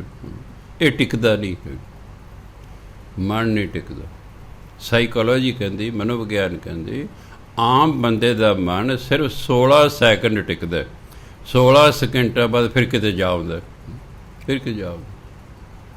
ਫਿਰ ਆਪਾਂ ਉਹਨੂੰ ਮੋੜ ਕੇ ਲਿਆਉਣੇ, ਉਹ ਫਿਰ ਜਿਹੜਾ ਹੈ ਫਿਰ 16 ਸਕਿੰਟਾਂ ਬਾਅਦ ਗੇੜਾ ਲਾਉਣ ਚਲਿਆ ਜਾਂਦਾ ਹੈ। ਜੋ ਅਸੀਂ ਫਿਰ ਅਭਿਆਸ ਕਰਦੇ ਹਾਂ ਉਹਨੂੰ ਰੋਕ ਕੇ ਰੱਖਣ ਦੀ, ਹੌਲੀ ਹੌਲੀ ਫਿਰ 20 ਸਕਿੰਟ 30 ਸਕਿੰਟ ਇਸ ਤਰ੍ਹਾਂ ਉਹ ਹੌਲੀ ਹੌਲੀ ਰੁਕਣਾ ਸ਼ੁਰੂ ਹੋ ਜਾਂਦਾ। ਅਤੇ ਇੱਕ ਦਿਨ ਜਦੋਂ ਮਨ ਇੱਕਦਮ ਟਿਕ ਜਾਂਦਾ, ਜਿਉਂ ਹੀ ਟਿਕਦਾ ਸਾਡੀ ਸਮਾਧੀ ਲੱਗ ਜਾਂਦੀ। ਬਸ ਇਹ ਮਨ ਟਿਕਦਾ ਨਹੀਂ, ਸਾਡੀ ਸਮਾਧੀ ਲੱਗਣ ਹੀ ਨਹੀਂ ਦਿੰਦਾ। ਕਈ ਕਹਿਣਗੇ ਜੀ ਉਹ ਪਾਠ ਕਰੀਦਾ ਜੀ ਮਨ ਨਹੀਂ ਲੱਗਦਾ। ਮੈਂ ਬੀਬਾ, ਮਨ ਤਾਂ ਮੇਰਾ ਵੀ ਨਹੀਂ ਲੱਗਦਾ। ਜਿੱਦੇ ਮਨ ਲੱਗ ਗਿਆ ਉਸ ਜਨਮ ਤਾਂ ਅਸੀਂ ਸੰਤ ਹੋ ਜਾਣਾ। ਜਦੋਂ ਮਨ ਟਿਕ ਗਿਆ, ਮਨ ਹੀ 'ਚ ਟਿਕਾਉਣਾ, ਸਾਰੀ ਉਮਰ ਭਜਨ ਬੰਦਗੀ ਕਰ ਕਰਕੇ ਵੀ ਕਿਸੇ ਤਰ੍ਹਾਂ ਇਹ ਟਿਕ ਜੇ। ਜਿਉਂ ਹੀ ਮਨ ਟਿਕਦਾ, ਸਾਡੀ ਜਿਹੜੀ ਸੁਰਤ ਹੈ ਉਹ ਸੱਚਖੰਡ ਚਲੀ ਜਾਂਦੀ, ਸਾਡੀ ਸਮਾਧੀ ਲੱਗ ਜਾਂਦੀ। ਕਿਉਂ ਜਦੋਂ ਸੁਰਤ ਵਿੱਚੋਂ ਨਿਕਲ ਗਈ ਹੈ ਉਹ ਸੱਚਖੰਡ ਚਲੀ ਗਈ, ਬਾਕੀ ਸਰੀਰ ਹੈ ਬਸ ਸਾਡੀ ਸਮਾਧੀ ਲੱਗ ਗਈ। ਜਦੋਂ ਸਮਾਧੀ ਲੱਗਦੀ ਹੈ ਪਹਿਲਾਂ ਥੋੜ੍ਹੇ ਸਮੇਂ ਲਈ ਲੱਗਦੀ ਹੈ। ਅਸੀਂ ਪਰਮਾਤਮਾ ਦੇ ਥੋੜ੍ਹੀ ਦੇਰ ਦਰਸ਼ਨ ਦਿਦਾਰੇ ਕੀਤੇ, ਉਹਦੇ ਬਾਰੇ ਗਿਆਨ ਹੋਇਆ। ਫਿਰ ਸਾਡੇ ਅਗਲੀ ਵਾਰੀ ਵੱਧ ਸਮਾਧੀ ਲੱਗੀ, ਫਿਰ ਅਸੀਂ ਉੱਥੇ ਰਹੇ, ਫਿਰ ਉਹਦੇ ਬਾਰੇ ਹੋਰ ਗਿਆਨ ਹੋਇਆ। ਐਂ ਜਿਉਂ ਸਮਾਧੀ ਲੱਗਦੀ ਹੈ ਸਾਨੂੰ ਪਰਮਾਤਮਾ ਬਾਰੇ ਗਿਆਨ ਹੁੰਦਾ ਜਾਂਦਾ ਅਤੇ ਇੱਕ ਦਿਨ ਬ੍ਰਹਮ ਗਿਆਨ ਹੋ ਜਾਂਦਾ, ਪਰਮਾਤਮਾ ਬਾਰੇ ਗਿਆਨ ਹੋ ਜਾਂਦਾ। ਉਹਦੇ ਮਨੁੱਖ ਅਤੇ ਪਰਮਾਤਮਾ ਫਿਰ ਕੋਈ ਫਰਕ ਨਹੀਂ ਰਹਿੰਦਾ। ਬ੍ਰਹਮ ਗਿਆਨੀ ਆਪ ਪਰਮੇਸ਼ਰ ਇੱਕੋ ਰੂਪ ਹੋ ਜਾਂਦਾ। ਸੋ ਇਹ ਮਨ ਹੈ। ਦਹਿ ਦਿਸ ਚੱਲ ਹਾਂਡੇ, ਇਹ 10 ਦਿਸ਼ਾਵਾਂ ਚੱਲਦਾ ਰਹਿੰਦਾ, ਫਿਰਦਾ ਰਹਿੰਦਾ, ਟਿਕਦਾ ਨਹੀਂ ਹੈਗਾ। ਗੁਰ ਪੂਰਾ ਪਾਇਆ ਵਡਭਾਗੀ, ਵੱਡੇ ਭਾਗਾਂ ਨਾਲ ਮਿਲ ਗਿਆ ਪੂਰਾ ਗੁਰੂ। ਹਰ ਮੰਤਰ ਦਿਆ, ਉਹਨੇ ਦਿੱਤਾ ਗੁਰਮੰਤਰ। ਮਨ ਠਾਡੇ, ਮਨ ਖੜ ਗਿਆ। ਗੁਰੂ ਨੇ ਗੁਰਮੰਤਰ ਦਿੱਤਾ, ਬੰਦੇ ਨੇ ਫਿਰ ਦਿਨ ਰਾਤ ਗੁਰਮੰਤਰ ਦਾ ਜਾਪ ਕੀਤਾ। ਇਹ ਜਿਹੜਾ ਮਨ 10 ਦਿਸ਼ਾਵਾਂ ਨਾਲ ਭੱਜਿਆ ਫਿਰਦਾ ਸੀ, ਕਦੇ ਉਹ ਠਹਿਰ ਗਿਆ, ਰੁਕ ਗਿਆ। ਆਪੇ ਮਨ ਨੂੰ ਸ਼ਾਂਤੀ ਆਉਣੀ। ਸਾਡੀ ਅਸ਼ਾਂਤੀ ਦਾ ਕਾਰਨ ਹੈ ਮਨ ਭੱਜਿਆ ਫਿਰਦਾ ਹੈ, ਇਹ ਭਟਕੀ ਜਾਂਦਾ, ਮਨ ਅਸ਼ਾਂਤ ਰਹਿੰਦਾ ਹੈ। ਜਦੋਂ ਇਹ ਟਿਕ ਜਾਏਗਾ ਮਨ ਸ਼ਾਂਤ ਹੋ ਜਾਏਗਾ। ਰਾਮ ਹਮ ਸਤਿਗੁਰ ਲਾਲੇ ਕਾਂਡੇ, ਕਾਂਡੇ ਬਣੇ ਕਹੇ ਜਾਂਦੇ ਹਾਂ, ਲਾਲੇ ਬਣੇ ਸੇਵਕ। ਹੇ ਪਰਮਾਤਮਾ, ਅਸੀਂ ਗੁਰੂ ਦੇ ਸੇਵਕ ਕਹੇ ਜਾਂਦੇ ਹਾਂ। ਰਾਮ ਹਮ ਸਤਿਗੁਰ ਲਾਲੇ ਕਾਂਡੇ, ਅਸੀਂ ਤੇ ਗੁਰੂ ਦੇ ਸੇਵਕ ਹਾਂ, ਸੇਵਕ ਕਹੇ ਜਾਂਦੇ ਹਾਂ ਕਾਂਡੇ। ਰਹਾਓ ਹਮਰੇ ਮਸਤਕ ਦਾਗ ਦਗਾਨਾ, ਹਮ ਕਰਜ ਗੁਰੂ ਬਹੁ ਸਾਂਢੇ। ਅਸੀਂ ਤਾਂ ਕਦੇ ਸਾਡੇ ਸਿਰ 'ਤੇ ਗੁਰੂ ਦਾ ਕਰਜ਼ ਹੀ ਬੜਾ ਇਕੱਠਾ ਹੋ ਗਿਆ। ਕਾਹਦਾ ਕਰਜ਼ ਇਕੱਠਾ ਹੋ ਗਿਆ? ਨਾਮ ਨਹੀਂ ਜਪਿਆ, ਨਾਮ ਨਹੀਂ ਜਪਿਆ। ਜਿਵੇਂ ਤੁਸੀਂ ਘਰ ਪਾਉਣਾ ਸੀ, ਸਰਕਾਰ ਤੋਂ ਲੋਨ ਲੈ ਲਿਆ, ਉਹਨੇ ਲੋਨ ਦਿੱਤਾ, ਕਿਸ਼ਤ ਮੋੜਨੀ ਹੈ ਨਾ। ਜੇ ਕਿਸ਼ਤ ਨਾ ਮੋੜਾਂਗੇ ਫਿਰ ਵਧੀ ਗਿਆ ਨਾ। ਪਰਮਾਤਮਾ ਕਹਿੰਦਾ ਮੈਂ ਤੈਨੂੰ ਪਹਿਲਾਂ ਸਰੀਰ ਦਿੱਤਾ ਮਨੁੱਖਾ, ਨਹੀਂ ਮੈਂ ਤੈਨੂੰ ਹੋਰ ਕਿਸੇ ਨਿਖਿਤ ਜੂਨੀ ਭੇਜ ਸਕਦਾ। ਮੈਂ ਤੇ ਮਨੁੱਖਾ ਸਰੀਰ ਦਿੱਤਾ, ਤੈਂ ਮੇਰਾ ਨਾਮ ਜਪਣਾ, ਉਹ ਮੇਰਾ ਕਰਜ਼ਾ ਲਹੂਗਾ ਇਸ ਗੱਲ ਦਾ। ਨਹੀਂ ਨਾਮ ਜੇ ਕਰਜ਼ਾ ਚੜ੍ਹਦਾ ਰਹੇਗਾ, ਆ ਜਾ ਫਿਰ। ਉਹ ਤਗੜਾ ਬੰਦਾ ਵਾਪਸ ਲੈ ਲੈਂਦਾ ਪੈਸੇ। ਮਾੜੇ ਤਾਂ ਲੋਕ ਦਿੰਦੇ ਨੇ, ਜਾ ਜਿਹੜਾ ਜ਼ੋਰ ਲਾਉਣ ਲਾ ਲੈ। ਤੁਸੀਂ ਕਿਸੇ ਨੂੰ ਉਧਾਰ ਦੇ ਦਿਓ ਅਤੇ ਉਹ ਤੁਹਾਡੇ ਤੋਂ ਤਗੜਾ ਹੈ। ਚਲੋ ਜੀ, ਜਿੰਨਾ ਚਿਰ ਤੁਸੀਂ ਜਿੰਨੇ ਸਮੇਂ ਲਈ ਤੁਸੀਂ ਮੰਗੋਗੇ ਨਹੀਂ, ਉਹ ਮੋੜਦਾ ਨਹੀਂ ਹੈ। ਤੁਸੀਂ ਮੰਗਦੇ ਹੋ, ਬਸ ਮੋੜਦਾ ਨਹੀਂ, ਬਸ ਅੱਜ ਦੇ ਨਾਲ ਕੱਲ੍ਹ ਦੇ ਕਰਦਿਆਂ ਸਾਲ 2 ਸਿਲਾਈ ਲੰਘਾਉਂਦਾ। ਜਦੋਂ ਤੁਸੀਂ ਬਹੁਤੇ ਹੀ ਖੜ੍ਹੇ ਪਏ, ਜਾ ਜਿਹੜਾ ਜ਼ੋਰ ਲਾਉਣਾ ਲਾ ਲੈ, ਮੈਂ ਨਹੀਂ ਦਿੰਦਾ ਵਾਪਸ। ਕੀ ਕਰ ਲਓਗੇ? ਗੱਲ ਖਤਮ ਹੋ ਗਈ, ਗੱਲ ਖਤਮ ਹੋ ਗਈ। ਇਸ ਲਈ ਜੇ ਕਿਸੇ ਨੂੰ ਉਧਾਰ ਦੇਣਾ ਨਾ, ਫਿਰ ਇਹ ਸਮਝੇ ਮੈਂ ਇਸ ਤੋਂ ਵਾਪਸ ਲੈ ਸਕਦਾ, ਅਤੇ ਜੇ ਨਹੀਂ ਨਾ ਲੈ ਸਕਣ ਜੋਗੇ ਤਾਂ ਫਿਰ ਸਮਝੇ ਮੈਂ ਤਾਂ ਦਾਨ ਦੇਤਾ, ਬਸ ਖਤਮ ਕੰਮ। ਮਾੜੇ ਨੂੰ ਕੋਈ ਨਹੀਂ ਚੀਜ਼ ਮੁੜੇ ਕਦੇ। ਲੋਕ ਬਹੁਤ ਘਟੀਆ ਹੋ ਗਏ ਨੇ, ਸੋਚ ਹੀ ਮਨੁੱਖ ਦੀ ਘਟੀਆ ਹੋ ਗਈ ਹੈ। ਔਰ ਕਦੇ ਚੈੱਕ ਕੱਟ ਕੇ ਵੀ ਤੁਹਾਨੂੰ ਦੇ ਦੇਣਗੇ, ਤੁਸੀਂ ਚੈੱਕ ਲਾਓ ਤਾਂ ਉਹ ਕਿੰਨਾ ਸਮਾਂ ਤੁਸੀਂ ਵੀ ਵਕੀਲ ਕੀਤਾ, ਉਹਨੇ ਵੀ ਕੀਤਾ। ਇੱਕ ਸਾਡੇ ਜਿਹਨੇ ਕਰਜ਼ਾ ਦਿੱਤਾ ਉਹਦਾ ਫਾਲਤੂ ਖਰਚਾ ਆਉਣਾ ਸ਼ੁਰੂ ਹੋ ਗਿਆ ਨਾ। ਉਹ ਤਾਂ ਜਿਹੜਾ ਕਰਜ਼ਾ ਲਿਆ ਉਹਨੇ ਸਾਡੇ ਤੋਂ ਉਧਾਰ, ਉਸ 'ਚੋਂ ਵਕੀਲ ਕਰ ਲਏਗਾ। ਅਸੀਂ ਇਹਦੇ ਇੱਕ ਤਾਂ ਉਹਨੂੰ ਪੈਸੇ ਦਿੱਤੇ, ਇੱਕ ਵਕੀਲ ਕਰਾਂਗੇ। ਅੱਜ ਕੱਲ੍ਹ ਫੈਸਲੇ ਕਿਹੜਾ ਛੇਤੀ ਹੁੰਦੇ ਨੇ, ਵਿੱਚ 2-2, 3-3 ਸਾਲ ਲਟਕੀ ਜਾਂਦਾ ਬਸ। ਨਹੀਂ ਤਾਂ ਇਹ ਵੀ ਜੇ ਕਿਸੇ ਨੇ ਝੂਠਾ ਚੈੱਕ ਦਿੱਤਾ ਨਾ, ਇਸ ਤਰ੍ਹਾਂ 1.5 ਸਾਲ ਦੀ ਸਿੱਧੀ ਸਜ਼ਾ ਹੈ। ਪਰ ਕਮਾਲ ਹੈ, ਜੱਜ ਵੀ ਮੈਂ ਤਾਂ ਕੋਈ ਲਟਕਾਈ ਜਾਂਦੇ ਨਾ, ਫਿਰ ਆ ਜਾਓ ਜੀ, ਫਿਰ ਆ ਜਾਓ, ਪਤਾ ਨਹੀਂ ਕੀ ਕਰਦੇ ਕੀ ਨਹੀਂ ਕਰਦੇ। ਬਈ ਜਦੋਂ ਅਗਲੇ ਦੇ ਹੀ ਦਿੱਤੇ ਚੈੱਕ, ਦੇਖੋ ਮੇਰੇ ਪੈਸੇ ਨਹੀਂ ਮੋੜੇ, ਪਹਿਲੀ ਤਰੀਕ ਹੀ ਸਾਬਤ ਹੋ ਗਏ, ਚਲੋ ਫੜ ਕੇ ਅੰਦਰ ਕਰ ਦਿਓ। ਇਹਦੀ ਜ਼ਬਾਨ ਤਾਂ ਉਦੋਂ ਹੋਏਗੀ ਜਦੋਂ ਇਹ ਪੈਸੇ ਦੇਵੇਗਾ, ਆਪੇ ਠੀਕ ਹੋ ਜਾਣਗੇ। ਉਹ ਅਗਲਾ ਪਤਾ ਚੱਲ ਇਹ ਵੀ ਖਰਚਾ ਕਰੂਗਾ, ਮੈਂ ਵੀ ਜੇ ਫੈਸਲਾ ਦੇ ਹੀ ਦਿੱਤਾ ਜੱਜ ਨੇ, ਉਦੋਂ ਦੇ ਦਿਆਂਗੇ, ਦੇਖੀ ਜਾਊਗੀ। ਇਸ ਲਈ ਲੋਕ ਮੁਕੱਦਮੇ ਬਾਜੀ ਪੈਂਦੇ ਨਹੀਂ, ਵੱਧੀ ਉਮਰ ਐਂ ਲੰਘ ਜੂਗੀ। ਮੈਂ ਕਈਆਂ ਨੂੰ ਕਹਿੰਦਾ, ਮੈਂ ਦੇਖੋ ਜਦੋਂ ਮੈਂ ਛੋਟਾ ਹੁੰਦਾ ਸੀ ਨਾ, ਕਤਲ ਦੇ ਮੁਕੱਦਮੇ ਚੱਲਦੇ, ਲੋਕ 2 ਸਾਲਾਂ 'ਚ ਫੈਸਲੇ ਹੋ ਜਾਂਦੇ ਸਨ। ਹੁਣ ਤਾਂ 20-20 ਸਾਲ ਫੈਸਲੇ ਨਹੀਂ ਹੁੰਦੇ। ਸਾਡੀ ਸਾਰੀ ਉਮਰ ਮੁਕੱਦਮਾ ਲੜਦੇ ਹੀ ਲੰਘ ਜਾਏਗੀ। ਇਸ ਲਈ ਆਪਣਾ ਬਚਾਅ ਰੱਖੋ ਲੜਾਈ ਝਗੜੇ ਤੋਂ। ਜਿੰਨੀ ਕੋਸ਼ਿਸ਼ ਹੋ ਸਕੇ ਥੋੜ੍ਹਾ ਬਹੁਤਾ ਘਾਟਾ ਖਾ ਲਓ, ਲੜੋ ਨਾ। ਨਹੀਂ ਤਾਂ ਵਕੀਲ ਕਰੋ ਜੀ, ਅਤੇ ਆਹ ਕਰੋ ਜੀ, ਫਿਰ ਜਾਓ ਜੀ ਮਗਰ। ਸਵੇਰੇ ਦੇ 10 ਵਜੇ ਬਹਿ ਜਾਓ, ਉਹ 5 ਵਜੇ ਆਵਾਜ਼ ਮਾਰਦੇ, ਹਾਂਜੀ ਫਲਾਣੀ ਤਰੀਕ ਨੂੰ ਫੇਰ ਆਇਓ ਜੀ, ਬੈਠੇ ਰਹੋ ਜੀ, ਬੁਰਾ ਹਾਲ। ਇਸ ਲਈ ਕੋਸ਼ਿਸ਼ ਕਰੋ ਪੰਗੇ ਪੁੰਗੇ ਨਹੀਂ ਲੈਣੇ, ਆਪਣੇ ਵੱਲੋਂ ਬਚਾਅ ਰੱਖਣਾ। ਬਾਕੀ ਜੇ ਹੁਣ ਗਾਲੀ ਪੈ ਜਾਏ ਫਿਰ ਕੀ ਕੀਤਾ ਜਾ ਸਕਦਾ। ਇਸ ਲਈ ਗੁਰੂ ਮਹਾਰਾਜ ਕਹਿੰਦੇ, ਹਮਰੇ ਮਸਤਕ ਦਾਗ ਦਗਾਨਾ, ਹਮ ਕਰਜ਼ ਗੁਰੂ ਬਹੁਤ ਸੰਡੇ। ਅਸੀਂ ਕਦੇ ਗੁਰੂ ਦਾ ਕਰਜ਼ਾ ਬਹੁਤ ਦੇਣਾ, ਕਰਜ਼ਾ ਬਹੁਤ ਇਕੱਠਾ ਹੋ ਗਿਆ, ਸਾਡੇ ਮੱਥੇ 'ਤੇ ਹੁਣ ਦਾਗ ਲਾਤਾ ਵੀ ਤੂੰ ਕਰਜ਼ਾਈ ਹੈ, ਠੱਪਾ ਲਾਤਾ ਵੀ ਤੂੰ ਕਰਜ਼ਾਈ ਹੈ। ਜਦੋਂ ਜਾਏਗਾ ਨਾ ਫਿਰ ਧਰਮਰਾਜ ਕੋਲੇ, ਉਹਨੇ ਠੱਪਾ ਵੇਖ ਲੈਣਾ, ਆ ਜਾ ਵੀ ਐਸਾ ਤੂੰ ਕਰਜ਼ਾ ਨਹੀਂ ਲਾ ਕੇ ਆਇਆ। ਗੁਰੂ ਨੇ ਤੈਨੂੰ ਗੁਰਮੰਤਰ ਦਿੱਤਾ, ਕਿਰਪਾ, ਤੂੰ ਜਪਿਆ ਨਹੀਂ ਹੈ, ਤੂੰ ਜਪਿਆ ਨਹੀਂ। ਪਰਉਪਕਾਰ ਪੁੰਨ ਬਹੁ ਕੀਆ, ਪਉ ਦੁੱਤਰ ਤਾਰ ਪ੍ਰੜ। ਕਦੇ ਗੁਰੂ ਨੇ ਸਾਡੇ 'ਤੇ ਫਿਰ ਪਰਉਪਕਾਰ ਕੀਤਾ, ਬੜਾ ਪੁੰਨ ਕੀਤਾ। ਦੁੱਤਰ ਇਹ ਭਾਵ ਸਾਗਰ ਤੋਂ ਸਾਨੂੰ ਕਦੇ ਪਾਰ ਕਰਤਾ। ਤਾਰ ਪ੍ਰੜੇ, ਪ੍ਰੜ ਤੇ ਪਰਲੇ ਪਾਸੇ। ਗੁਰੂ ਮਹਾਰਾਜ ਕਿਰਪਾ ਕੀਤੀ ਸਾਡੇ 'ਤੇ, ਸਾਨੂੰ ਇਸ ਭਾਵ ਸਾਗਰ ਤੋਂ ਦੋ ਤਾਰ ਹੁੰਦਾ, ਜਿਹੜਾ ਤਰਨਾ ਔਖਾ ਹੋਵੇ।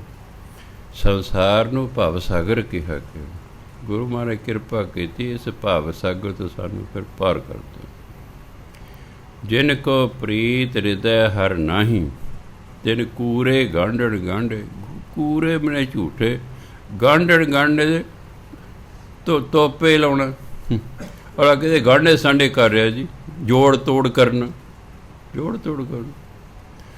ਕਹਿੰਦੇ ਜਿਨ ਕੋ ਪ੍ਰੀਤ ਹਿਰਦੈ ਹਰ ਨਾਹੀ, ਜਿਨ੍ਹਾਂ ਦੇ ਹਿਰਦੇ ਰੱਬ ਪ੍ਰਤੀ ਪਿਆਰ ਹੀ ਨਹੀਂ, ਕਹਿੰਦੇ ਉਹ ਝੂਠੇ ਵਿਖਾਵੇ ਕਰਦੇ ਨੇ ਵੀ ਹਾਂ ਜੀ ਮੈਂ ਰੱਬ ਨਾਲ ਪ੍ਰੀਤ ਪਾ ਰਿਹਾ ਜੀ, ਮੈਂ ਰੱਬ ਨੂੰ ਪ੍ਰੀਤ ਪਾਉਣ ਕੋਸ਼ਿਸ਼ ਕਰ ਰਿਹਾ ਜੀ। ਕਹਿੰਦਾ ਸਭ ਉਹਨਾਂ ਦੇ ਗਾਂਢੇ ਸਾਂਢੇ ਝੂਠੇ ਨੇ, ਅੰਦਰ ਦਿਲ 'ਚ ਪਿਆਰ ਹੀ ਨਹੀਂ ਹੈਗਾ, ਬਾਹਰੋਂ ਵਿਖਾਵਾ ਕਰਦੇ ਨੇ।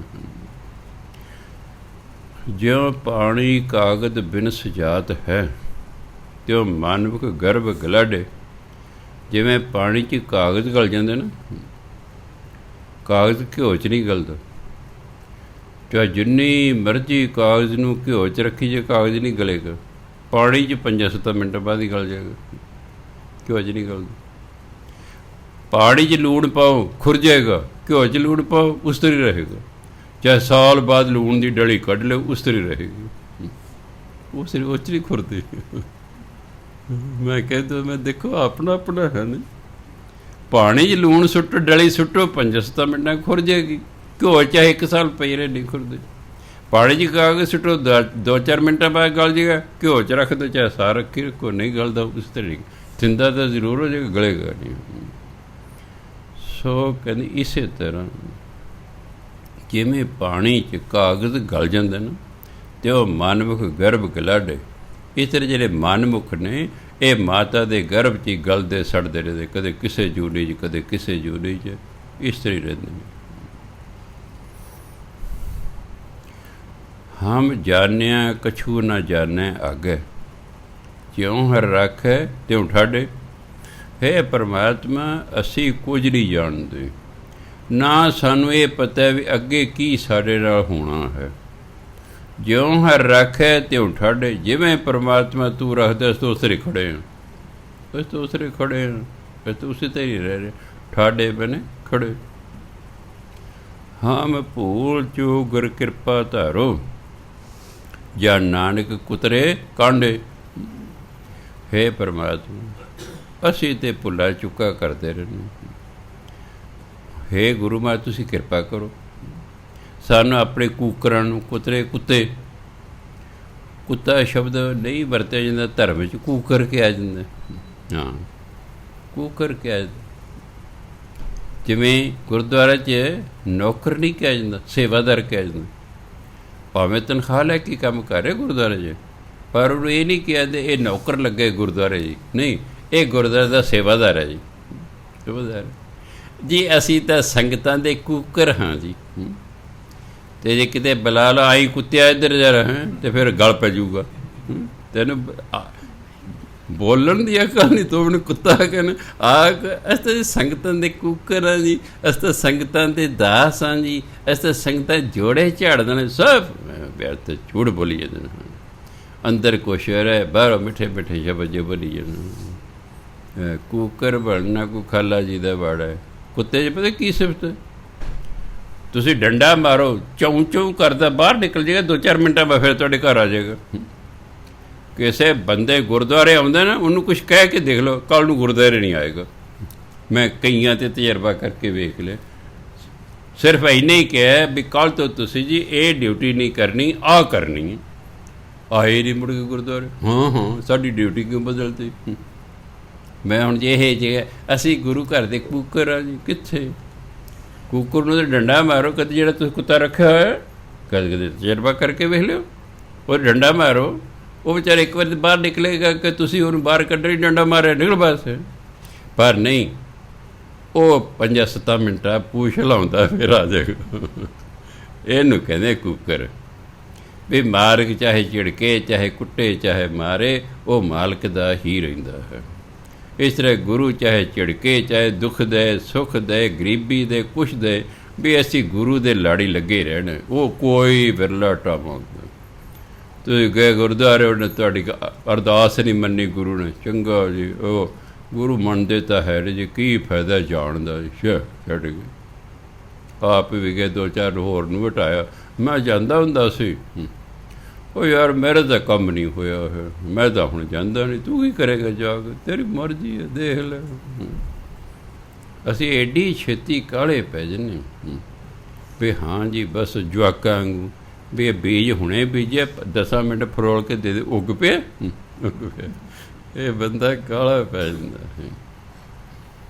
ਇਹ ਤੇ ਪਰਮਾਤਮਾ ਨੇ ਵੇਖਣਾ ਜੋ ਅਸੀਂ ਮੰਗ ਰਹੇ ਕੀ ਜਾਇਜ਼ ਹੈ। ਤੁਸੀਂ ਕਰਨ ਵਾਲਾ ਭਜਨ ਬੰਦਗੀ ਦੇਖੋ, ਮਨਮੁਖ ਦੀ ਹੋਰ ਗੱਲ ਹੈ।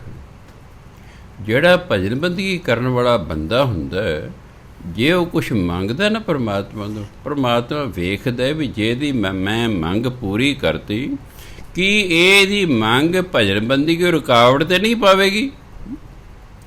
ਤੁਸੀਂ ਮੰਗਿਆ ਪੁੱਤਰ, ਪਰਮਾਤਮਾ ਨੇ ਦੇਖਿਆ ਯਾਰ ਮੇਰੀ ਭਜਨ ਬੰਦਗੀ ਕਰਨ ਵਾਲਾ ਵਧੀਆ ਕਰ ਰਿਹਾ, ਇਹ ਪੁੱਤਰ ਦੇ ਨਲਾਇਕ ਨਿਕਲਣਾ, ਨਸ਼ਈ ਨਿਕਲੂਗਾ, ਸ਼ਰਾਬੀ ਕਾ ਵੀ ਨਿਕਲੇਗਾ, ਇਹਨੂੰ ਐਵੇਂ ਡਿਸਟਰਬ ਕਰੇਗਾ, ਇਹਨੂੰ ਪੁੱਤਰ ਦਿਓ ਹੀ ਨਾ।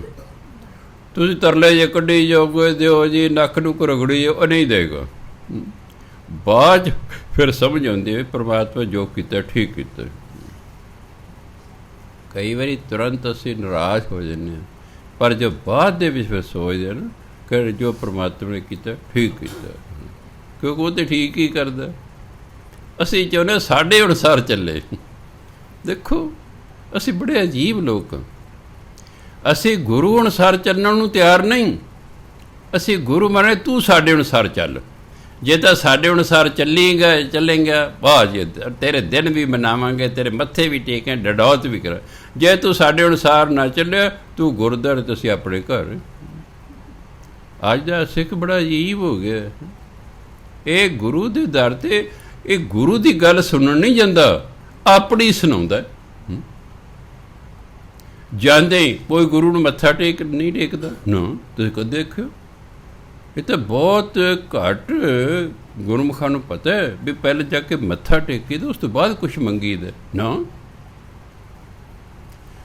ਦੇਖੋ ਸਾਧੂ ਨੂੰ ਤਾਂ ਮੈਂ ਦੇਖਿਆ ਲੋਕ ਜਾ ਕੇ ਪਹਿਲਾਂ ਮੱਥਾ ਟੇਕਦੇ ਨੇ ਫਿਰ ਕੋਈ ਮੰਗਦੇ ਨੇ, ਗੁਰੂ ਨੂੰ ਪਹਿਲੇ ਜਾ ਕੇ ਮੰਗ ਲੈ ਖੜੇ ਹੋ ਕੇ, ਹਾਂ ਆਹ ਦੇ ਦੇ ਆਹ ਦੇ ਦੇ। ਉਹ ਕਹਿੰਦਾ ਯਾਰ ਤੂੰ ਚੰਗਾ ਮੇਰਾ ਸਿੱਖ ਹੈ, ਤੂੰ ਆ ਕੇ ਮੈਨੂੰ ਕੋਈ ਫਤਿਹ ਨਹੀਂ ਬੁਲਾਈ, ਕੋਈ ਮੈਨੂੰ ਮੱਥਾ ਨਹੀਂ ਟੇਕਿਆ, ਉਹਦੀ ਮੰਗਣ ਲੱਗ ਗਿਆ। ਜੇ ਮੈਂ DC ਦਫ਼ਤਰ ਜਾਵਾਂ ਤੇ ਮੈਨੂੰ ਜੀ ਆਹ ਦੇ ਦਿਓ, ਮੈਨੂੰ ਆਹ ਦੇ ਦਿਓ, ਤੇ ਸਤਿ ਸ੍ਰੀ ਅਕਾਲ ਨੂੰ ਬੁਲਾਵਾਂ ਹੀ ਨਾ। ਉਹ ਲੱਗੇ ਚੰਗਾ ਬੰਦਾ ਆ ਗਿਆ ਯਾਰ, ਕੋਈ ਨਮਸਕਾਰ ਨਹੀਂ, ਕੋਈ ਸਤਿ ਸ੍ਰੀ ਅਕਾਲ ਨਹੀਂ, ਗੱਲ ਨਹੀਂ ਬਾਤ, ਆਉਂਦੇ ਮੰਗਣ ਲੱਗ ਗਿਆ। ਤਾਂ ਮੈਂ ਕਹਿੰਦਾ ਰਹਿਣਾ ਵੀ ਹਰ ਇੱਕ ਨੂੰ ਗੱਲਾਂ ਦਾ ਨਹੀਂ ਪਤਾ ਹੁੰਦਾ, ਤੁਹਾਨੂੰ ਪਤਾ ਲੱਗ ਗਿਆ। ਜਿਹੜਾ ਕੋਈ ਇਸ ਤਰ੍ਹਾਂ ਕਰੇ ਉਹ ਤੁਹਾਡਾ ਪ੍ਰੇਮੀ, ਉਹਨੂੰ ਸਮਝਾ ਦਿਓ ਕਿ ਭਾਈ ਦੇਖੋ ਤੁਸੀਂ ਗੁਰੂ ਦੇ ਦਰ 'ਤੇ ਆਏ ਹੋ, ਗੁਰੂ ਮਹਾਰਾਜ ਤੁਹਾਡੇ ਤੋਂ ਵੱਡੇ ਨੇ ਨਾ, ਪਹਿਲਾਂ ਮੱਥਾ ਟੇਕੋ। ਮੇਰੇ ਜੋ ਮਰਿਆਦਾ ਹੈ ਪਹਿਲਾਂ ਗੁਰੂ ਵਾਰ ਮੱਥਾ ਟੇਕੋ, ਫਿਰ ਖੜੇ ਜੋ ਮਰਜ਼ੀ ਮੰਗ ਲਓ। ਦੁਨੀਆ ਮੰਗਦੀ ਹੈ, ਦੁਨੀਆ ਭਗਤ ਵੀ ਮੰਗਦੇ ਨੇ, ਸਿਰਫ ਉਹਨਾਂ ਦੀ ਮੰਗ ਹੋਰ ਹੈ, ਆਮ ਬੰਦੇ ਦੀ ਹੋਰ ਹੈ। ਮੰਗ ਤੇ ਸਾਰੇ ਹੀ ਰਹੇ ਨੇ, ਸਾਰੀ ਦੁਨੀਆ ਹੀ ਮੰਗਤੇ ਹੈ।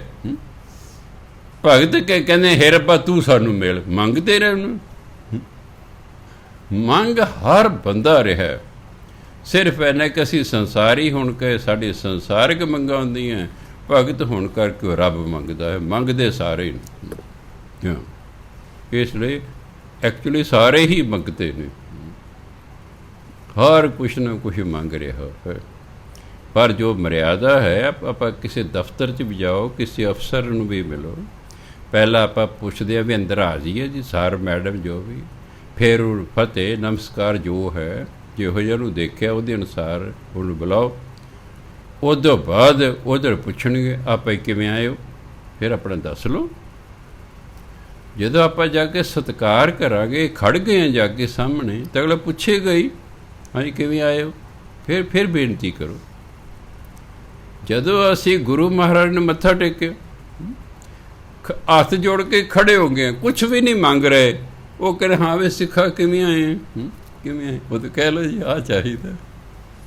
ਜੇ ਸਾਡੀ ਮੰਗ ਜਾਇਜ਼ ਹੋਏਗੀ ਉਹ ਕਰ ਦੇਣਗੇ ਪੂਰੀ, ਨਾ ਜਾਇਜ਼ ਹੋ ਗਈ ਤਾਂ ਫਿਰ ਜਾ ਵੀ ਸਜਣ। ਕਿਉਂਕਿ ਸਾਡੇ ਵਾਂਗ ਸੰਸਾਰੀ ਤਾਂ ਹੈ ਨਹੀਂ ਵੀ ਮੋਹ 'ਚ ਆ ਜਾਣਗੇ ਜੀ। ਕਿਉਂਕਿ ਜਿਹੜਾ ਗੁਰੂ ਮਾ ਬ੍ਰਹਮ ਗਿਆਨੀ ਹੁੰਦੇ ਨੇ, ਇਹ ਮੋਹ ਤੋਂ ਉੱਪਰ ਹੁੰਦੇ, ਇਹ ਮੋਹ ਤੋਂ ਉੱਪਰ ਹੁੰਦੇ। ਸੋ ਗੁਰੂ ਮਹਾਰਾਜ ਕਹਿੰਦੇ ਹਮ ਭੂਲ ਚੁੱਕ ਗੁਰ ਕਿਰਪਾ ਧਾਰੋ। ਅਸੀਂ ਤਾਂ ਭੁੱਲਾ ਚੁੱਕਾ ਕਰਦੇ ਰਹਿੰਦੇ ਹਾਂ। ਹੈ ਗੁਰੂ ਮਹਾਰਾਜ ਸਾਡੇ 'ਤੇ ਕਿਰਪਾ ਕਰੋ, ਜਾਂ ਨਾਨਕ ਕੁਤਰੇ ਕੱਢ। ਅਸੀਂ ਤਾਂ ਜਿਹੜਾ ਹੈ ਤੁਹਾਡੇ ਕੂਕਰ ਹਾਂ, ਤੁਹਾਡੇ ਸੇਵਕ ਹਾਂ, ਅਤੇ ਸਾਨੂੰ ਜਿਹੜੇ ਇਸ ਭਾਵ ਸਾਗਰ ਤੋਂ ਬਾਹਰ ਕੱਢ ਲਓ। ਗੌੜੀ ਪੂਰਬੀ ਮਹਿਲਾ ਚੌਥਾ। ਕਾਮ ਕ੍ਰੋਧ ਨਗਰ ਬਹੁ ਭਰਿਆ, ਮਿਲ ਸਾਧੂ ਖੱਡਲ ਖੱਡਾ ਹੈ। ਰੋਜ਼ ਪੜ੍ਹਦੇ ਹੋ ਕਿ ਨਹੀਂ? ਕਾਹਦੇ 'ਚ? ਸੋਹਿਲਾ ਸਾਹਿਬ। ਕਾਮ ਕ੍ਰੋਧ ਨਗਰ ਬਹੁ ਭਰਿਆ, ਮਿਲ ਸਾਧੂ ਖੰਡਲ ਖੰਡਾ ਹੈ। ਸਾਡਾ ਨਗਰ ਬਣੇ ਸਰੀਰ, ਕਾਮ ਨਾਲ ਕ੍ਰੋਧ ਨਾਲ। ਮੰਮੇ ਨੂੰ ਸਿਆਰੀ ਲੱਗੀ ਹੈ ਕਾਮ ਨਾਲ, ਕ੍ਰੋਧ ਧੱਦੇ ਨੂੰ ਸਿਆਰੀ ਕ੍ਰੋਧ ਨਾਲ। ਨਗਰ ਸਰੀਰ, ਸਾਡਾ ਸਰੀਰ ਕਾਮ ਕ੍ਰੋਧ ਨਾਲ ਬਹੁ ਭਰਿਆ ਹੋਇਆ ਹੈ। ਇਸ ਲਈ ਗੁਰੂ ਮਾਨ ਕੇ ਕਾਮ ਕ੍ਰੋਧ ਕਾਇਆ ਕੋ ਗਲ, ਜੋ ਕੰਚਨ ਸੁਹਾਗਾ ਢਲ। ਇਹ ਦੋਨੋਂ ਚੀਜ਼ਾਂ ਸਰੀਰ ਦਾ ਬਹੁਤ ਜ਼ਿਆਦਾ ਨੁਕਸਾਨ ਕਰਦੀਆਂ। ਜੇ ਤੈਨੂੰ ਦਾ ਆਊਟਲੈਟ ਹੁੰਦਾ ਰਹੇ, ਮਾनो ਤੁਹਾਨੂੰ ਚੜਿਆ ਕ੍ਰੋਧ, ਤੁਸੀਂ ਕੁੱਟ ਮਾਰ ਦਿੱਤਾ ਕਿਸੇ ਨੂੰ, ਤੁਹਾਡਾ ਕ੍ਰੋਧ ਠੰਡਾ ਹੋ ਜਾਏਗਾ। ਤੁਹਾਨੂੰ ਚੜਿਆ ਕ੍ਰੋਧ ਅਤੇ ਤੁਸੀਂ ਉਸ ਨੂੰ ਕਿਸੇ ਤਰ੍ਹਾਂ ਪ੍ਰਗਟ ਨਹੀਂ ਕਰ ਸਕਦੇ ਹੈਗੇ, ਉਹ ਫਿਰ ਤੁਹਾਡੇ ਅੰਦਰ ਨੁਕਸ ਪੈਦਾ ਕਰਨੇ ਸ਼ੁਰੂ ਕਰ ਦੇਗਾ। ਉਹ ਨੁਕਸ ਪੈਦਾ ਕਰਨੇ ਸ਼ੁਰੂ ਕਰ। ਇਸ ਲਈ ਜਿਹੜੇ ਬਹੁਤੇ ਕ੍ਰੋਧੀ ਹੁੰਦੇ ਨੇ, ਉਹਨਾਂ ਲਈ ਸਭ ਤੋਂ ਵਧੀਆ ਢੰਗ ਅੱਜ ਤੁਸੀਂ ਜਿਹੜਾ ਮੁੱਕਿਆ ਨਾ ਖੇ ਮਾਰਦੇ, ਕੀ ਕਹਿੰਦੇ, ਬਾਕਸਰ ਦੇ ਘਰ ਕਦੇ ਤੁਸੀਂ ਚਲੇ ਜਾਓ, ਉਹਨਾਂ ਛੱਤ ਨੇ ਇੱਕ ਬੋਰੀ ਜਿਹੀ ਟੰਗੀ ਹੁੰਦੀ, ਉਹ 'ਚ ਪਾ ਕੇ ਕੁਛ ਫੂਸ ਜਾਂ ਕੀ ਪਾਇਆ ਉਹਨਾਂ ਨੂੰ, ਹਾਂ ਜੋ ਵੀ ਹੈ, ਉਹ ਨਾ ਉਹਨੂੰ ਘਸੁੰਨ ਮਾਰਦੇ ਰਹਿੰਦੇ ਨੇ। ਇਸ ਲਈ ਬਾਕਸਰ ਕਦੇ ਵੀ ਗੁੱਸੇ 'ਚ ਨਹੀਂ ਆਵੇਗਾ, ਕਦੇ ਤੁਸੀਂ ਨੋਟ ਕਰ ਲਓ। ਕਿਉਂ? ਉਹ ਆਪਣਾ ਗੁੱਸਾ ਕੱਢਦਾ ਰਹਿੰਦਾ, ਮਾਰਦਾ। ਉਹ ਦੁਸ਼ਮਣ ਨੂੰ ਸਮਝ ਕੇ ਨਾ ਉਸ ਬੋਰੀ ਨੂੰ ਫਿਰ ਆਪਣਾ ਗੁੱਸਾ ਉਸ 'ਤੇ ਕੱਢਦੇ, ਕਦੇ ਆਹ ਘਸੁੰਨ ਮਾਰਦਾ, ਕਦੇ ਉਹ ਮਾਰਦਾ। ਇਸ ਲਈ ਜਿਹਨੂੰ ਬਹੁਤਾ ਗੁੱਸਾ ਚੜ੍ਹਿਆ, ਆਪਣੇ ਘਰ ਬੋਰੀ ਟੰਗ ਲਓ, ਸਵੇਰੇ ਉੱਠ ਕੇ 5-7 ਘਸੁੰਨ ਮਾਰੋ। ਤੂੰ ਕੀ ਮਖੌਲ ਬਣਾ ਦੇਣ, ਛੱਡਣਾ ਨਹੀਂ ਮੈਂ ਤੈਨੂੰ, ਗੁੱਸਾ ਖਤਮ ਹੋ ਜਾਏਗਾ। ਦੁਪਹਿਰੇ ਵੀ 5-7 ਵਾਰੀ ਕਰ ਲਓ, ਰਾਤ ਨੂੰ ਕਰ ਲਓ। ਤੁਸੀਂ ਸ਼ਾਂਤ ਜਿਹਦੇ ਘਰ ਵਾਲੀ ਕਹੇ ਸ਼ੁਕਰ ਹੈ, ਹੁਣ ਸ਼ਾਂਤ ਚਿੱਤ ਰਹਿੰਦਾ। ਸੌਖਾ ਢੰਗ, ਕਿਉਂਕਿ ਔਖਾ ਨਹੀਂ। ਉਹੀ ਤੇ ਗੁੱਸੇ ਨੂੰ ਇੱਕਦਮ ਸ਼ਾਂਤ ਕਰਦੇ। ਦੂਜਾ ਢੰਗ ਹੈ, ਬਹੁਤ ਗੁੱਸਾ ਚੜ੍ਹਿਆ, ਇਹ ਆਪਣੇ ਇਹ ਹੱਥ ਇਸ ਤਰ੍ਹਾਂ ਕਰ ਲਓ, ਇਹ ਉਂਗਲਾਂ ਐ ਅੰਦਰ ਨੂੰ ਲਾ ਲਓ, ਤਲੀ ਨੂੰ, ਅੰਗੂਠੇ ਬਾਹਰ ਰਹਿਣ ਦਿਓ, ਇਹਨੂੰ ਜ਼ੋਰ ਨਾਲ ਕੁੱਟੋ। ਮੈਂ ਤੂੰ ਛੱਡਣ ਵਾਲੀ ਮਾਰ ਦੇਣਾ ਤੈਨੂੰ ਮੈਂ, ਇਸ ਤਰ੍ਹਾਂ ਕਰਕੇ ਫਿਰ ਖੋਲ੍ਹ ਲੂੰ ਉਂਗਲਾਂ।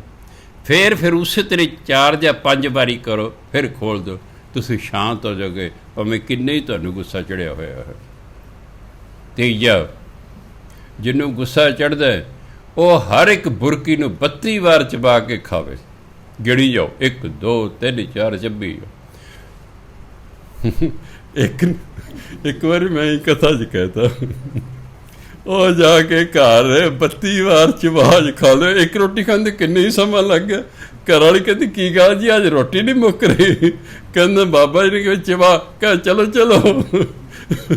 ਛੇਤੀ ਕਰੋ, ਮੈਂ ਵੀ ਰੋਟੀ ਖਾਣੀ। ਕਹਿੰਦੇ ਇੱਕ ਤੇ ਬਾਬਾ ਜੀ ਚਬਾ ਕੇ ਖਾ ਲਈ, 2 ਜੀ ਖਾ ਲਈ।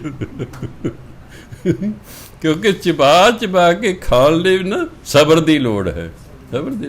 ਅਸ ਤਾਂ ਅੱਧੀ ਕੁ ਚਬਾਈ ਹੁੰਦੀ ਹੈ, ਬਾਕੀ ਧੱਕਾ ਜਾ ਮਾਰਦੇ ਗਈ ਅੰਦਰ। ਜੇ ਅਸੀਂ ਸਾਰੀ ਰੋਟੀ ਚਬਾ ਲਈ ਨਾ, ਪਾਣੀ ਬਣ ਜਾਏਗੀ, ਆਪੇ ਲੰਘ ਜਾਏਗੀ।